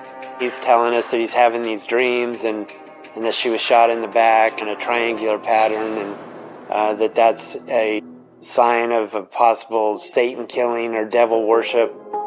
Richard also told us that he had a vision that the murder weapon was also thrown into water. How would he know that we didn't have the murder weapon? So that really raised a question to us. we're wondering, is this guy confessing to us? Is he telling us about our crime scene? He has all of this knowledge. Is this guy the one that killed Barbara that day? When you start putting all of these things together, it made Richard Finder a pretty good suspect. Despite the circumstantial evidence stacking up against him, detectives need something more concrete. So we collect all of his weapons for ballistic tests with the projectiles that we located from Barbara's body. We received the results from the ballistics test, and they were not a match. And that pretty much blew up most of our case with Richard Finder. Detectives pin their hopes on the results of the handwriting analysis on the note found in Barbara's vehicle. Maybe she wrote the note under duress. Maybe she was forced to write the note. That could be a significant clue, especially if it's determined that our victim didn't author the note. It's like someone's writing a suicide note for someone else. The handwriting analysis came back and it showed that Barbara was the one that had written the note. The letter itself seemed to be a valid letter to her friends, and several people said that's Barbara's handwriting. The investigators concluded that maybe Barbara was thinking about moving home and she was just explaining that in the note. At this point, we're starting to run out of leads. As the investigation stalls, Barbara's family is rocked by another tragedy. My dad would call the police practically every day when nothing was coming to fruition. And he died like within a year after she died. It killed my father. And we had so many key relatives die, still wanting to know what happened to Barbara. Detectives never give up on the case, and a year later, in 1975, they notice a disturbing pattern of crimes. There's women all over the American West that are going missing and being discovered dead. College co-eds with dark hair were found murdered, and the serial killer was certainly the big topic of conversation. A surprising arrest changes the whole course of the investigation. In 1975, a Utah State trooper makes an arrest west of Salt Lake City. The suspect was arrested for a kidnapping case, and some of the evidence in the vehicle definitely could have had something to do with Barbara's murder as well. The driver's name is Ted Bundy. This guy turns out to be probably the most famous, notorious serial killer of all time. Is he the one that killed Barbara?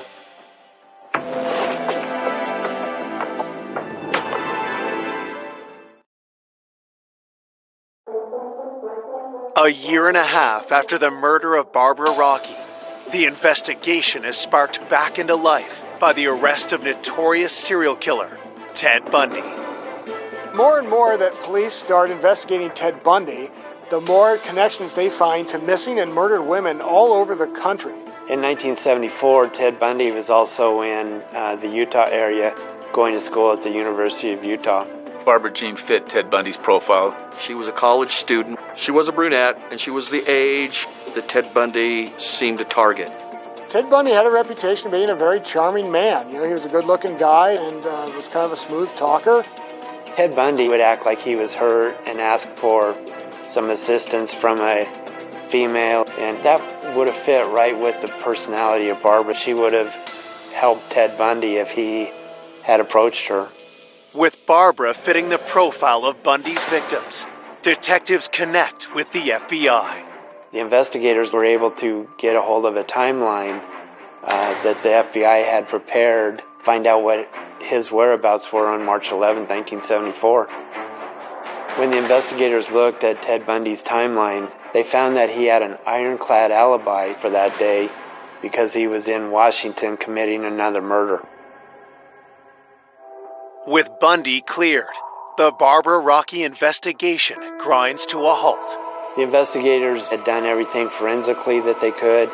They had done all the interviews that they could. They had looked at all the suspects that they could, and the case just went cold. Once the case was cold, we pretty much accepted that it was not going to be solved. When a case goes cold, it definitely affects the family every bit as much, if not more, than the investigator. They just want someone to be held accountable for their daughter's death. The case lies unsolved for 30 years, while Barbara's family yearns for answers. The hope and the drive to crack this case someday was powered by losing so many family members that were enraged and wanted justice. So we had nothing to lose by trying. In 2005, Barbara's loved ones make one last push for justice. I asked Mom, I said, do you want me to try to open this? And she said yes, because I need to know before I die.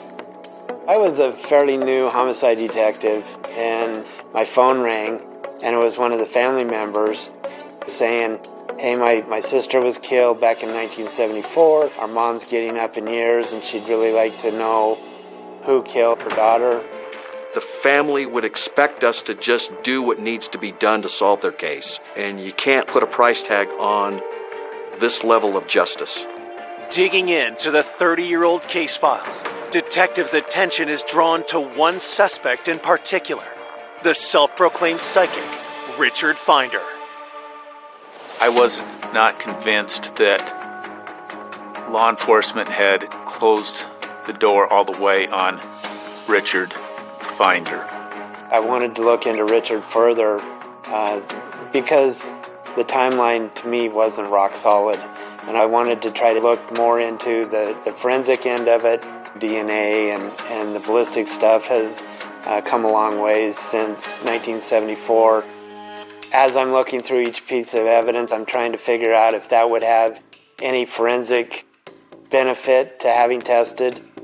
While evidence from the original crime scene is sent to the crime lab, investigators dig deeper into Richard's version of events.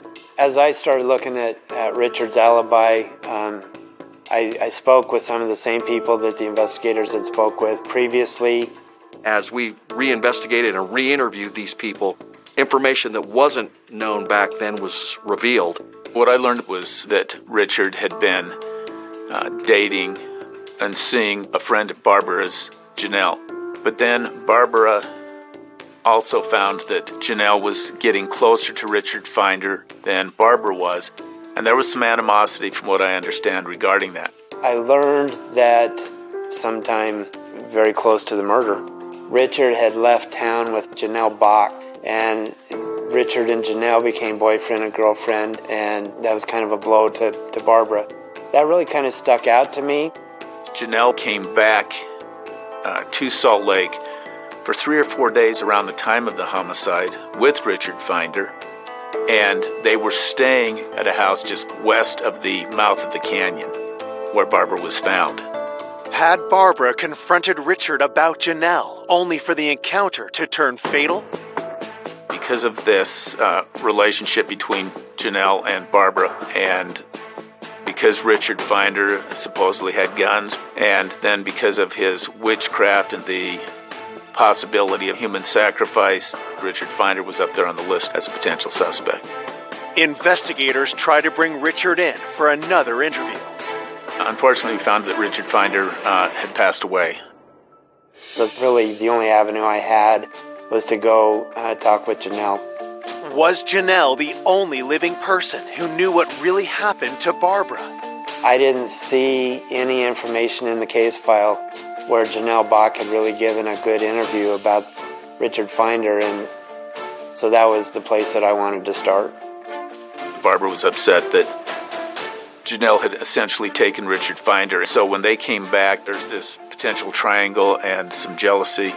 It placed some suspicion on Janelle. Anytime an investigation reveals some sort of a love triangle, that can easily turn deadly when there's jealousy involved, and all of a sudden, the whole thing shifts from one guy to the person that's least suspected.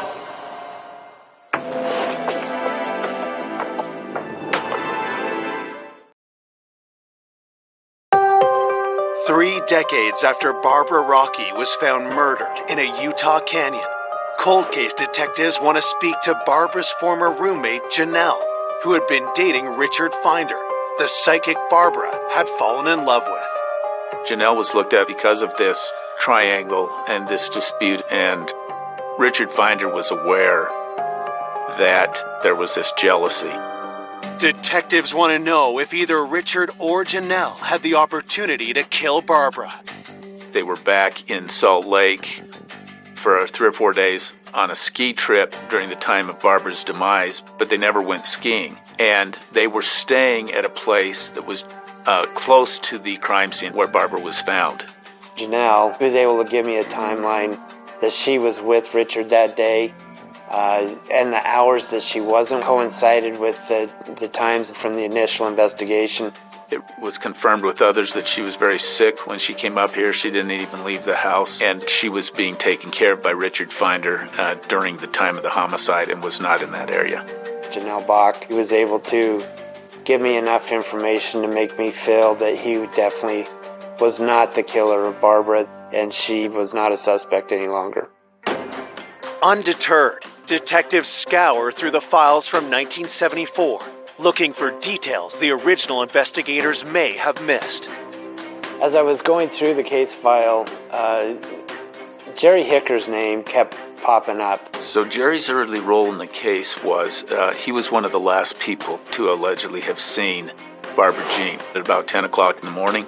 He reported her missing, so he really wasn't somebody that they were looking at as having a role in her death. They were really good friends. That came through in the investigation, but I wasn't satisfied about him not being a suspect. Detectives reach out to Barbara's former roommates, asking them about Jerry.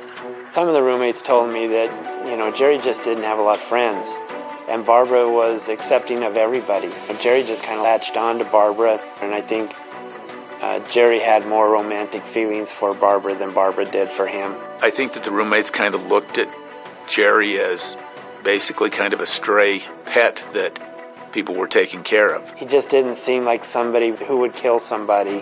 When investigators dig into Jerry's life after Barbara's murder, they make a disturbing discovery. Jerry had been accused of rape in the Provo area after Barbara's murder. When I found that Jerry was arrested for a sexual assault, I want to know, could Jerry have been the one that killed Barbara?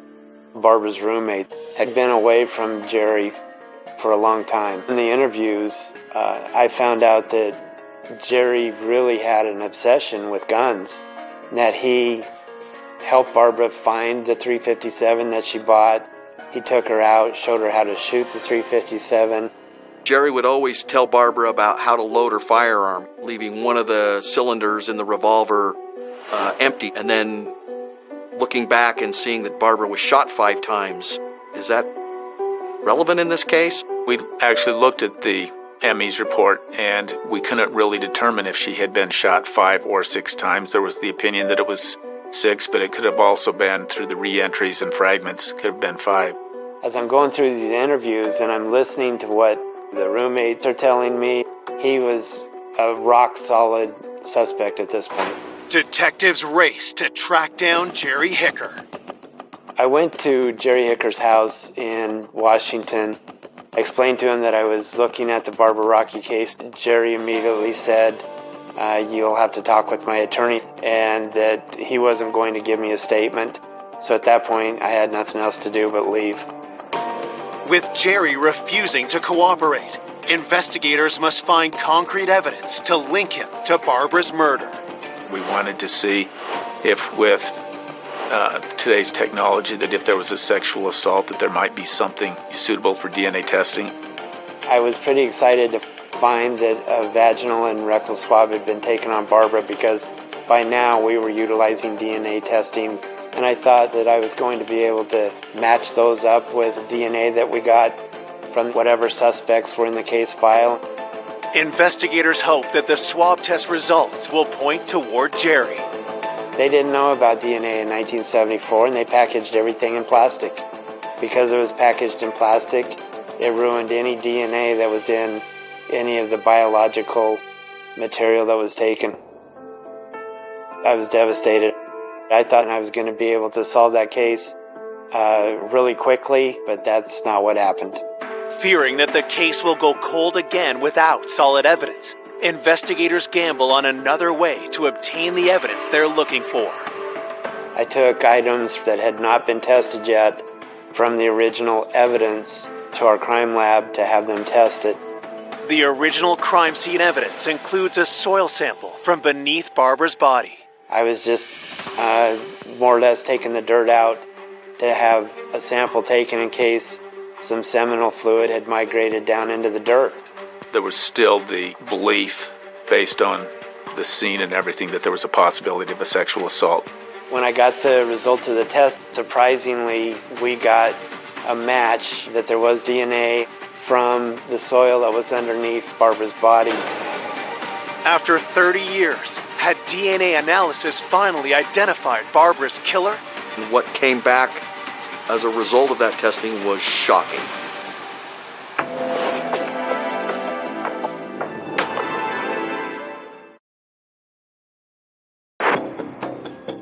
It's been 33 years since student Barbara Rocky was found stripped and shot in Big Cottonwood Canyon, Utah. In 2007, DNA in a soil sample from under her body finally reveals her killer. Finding that DNA in the soil was like finding a needle in a haystack, a big haystack. The results come in, and we've got a match, and it's Jerry Hicker. Just that little bit of information was all that we needed to link Jerry Hicker to this crime scene. He was not who we suspected initially. And so to learn that he was the one responsible for killing her was very surprising. On November 6th, 2007, 56-year-old Jerry Hicker is charged with the first-degree murder of Barbara Rocky. When I first found out that the killer of Barbara was Jerry Hicker, I was surprised because I heard that he was just sort of a guy from next door. It was a shock. I never thought it would be solved.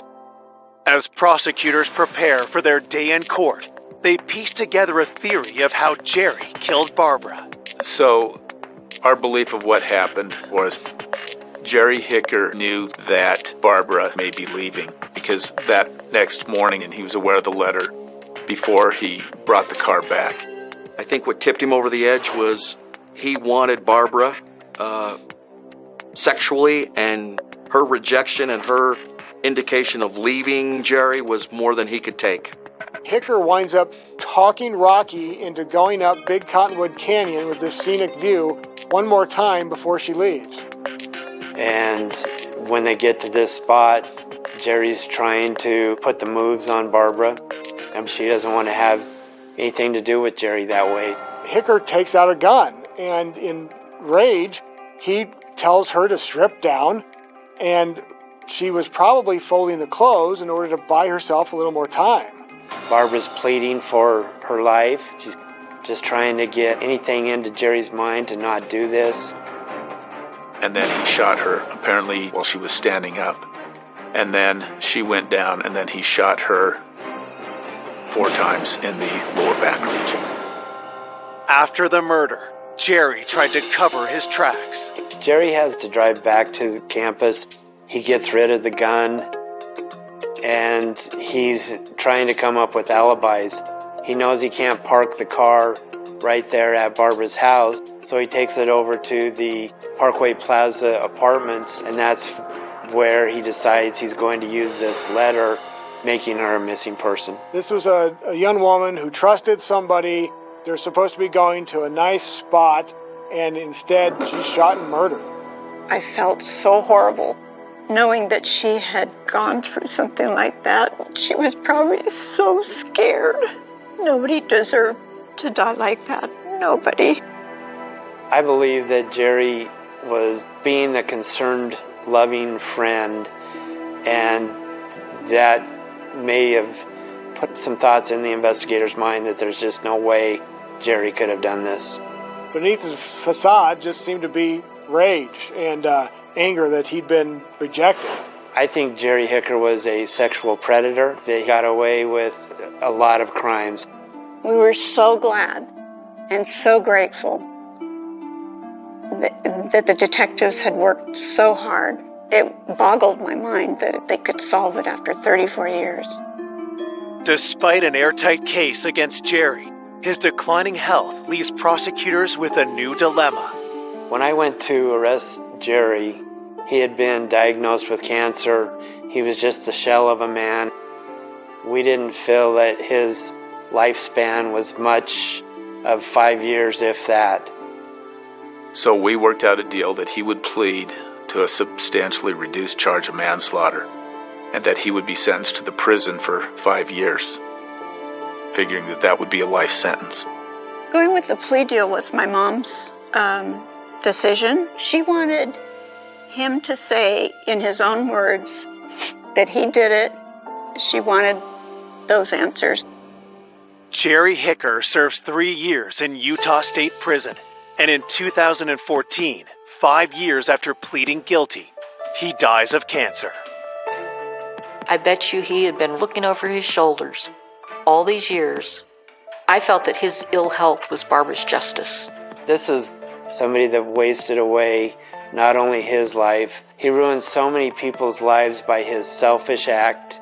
Barbara didn't deserve this. She had so much ahead of her, but the family does have some answers. That's the goal in my investigation. I think that in this case, justice was served and that the family got answers that they would not have otherwise had. The thing I miss most about Barbara was the times that we used to blast Beatles music and sing and dance for hours and just being kids, you know. I remember her then.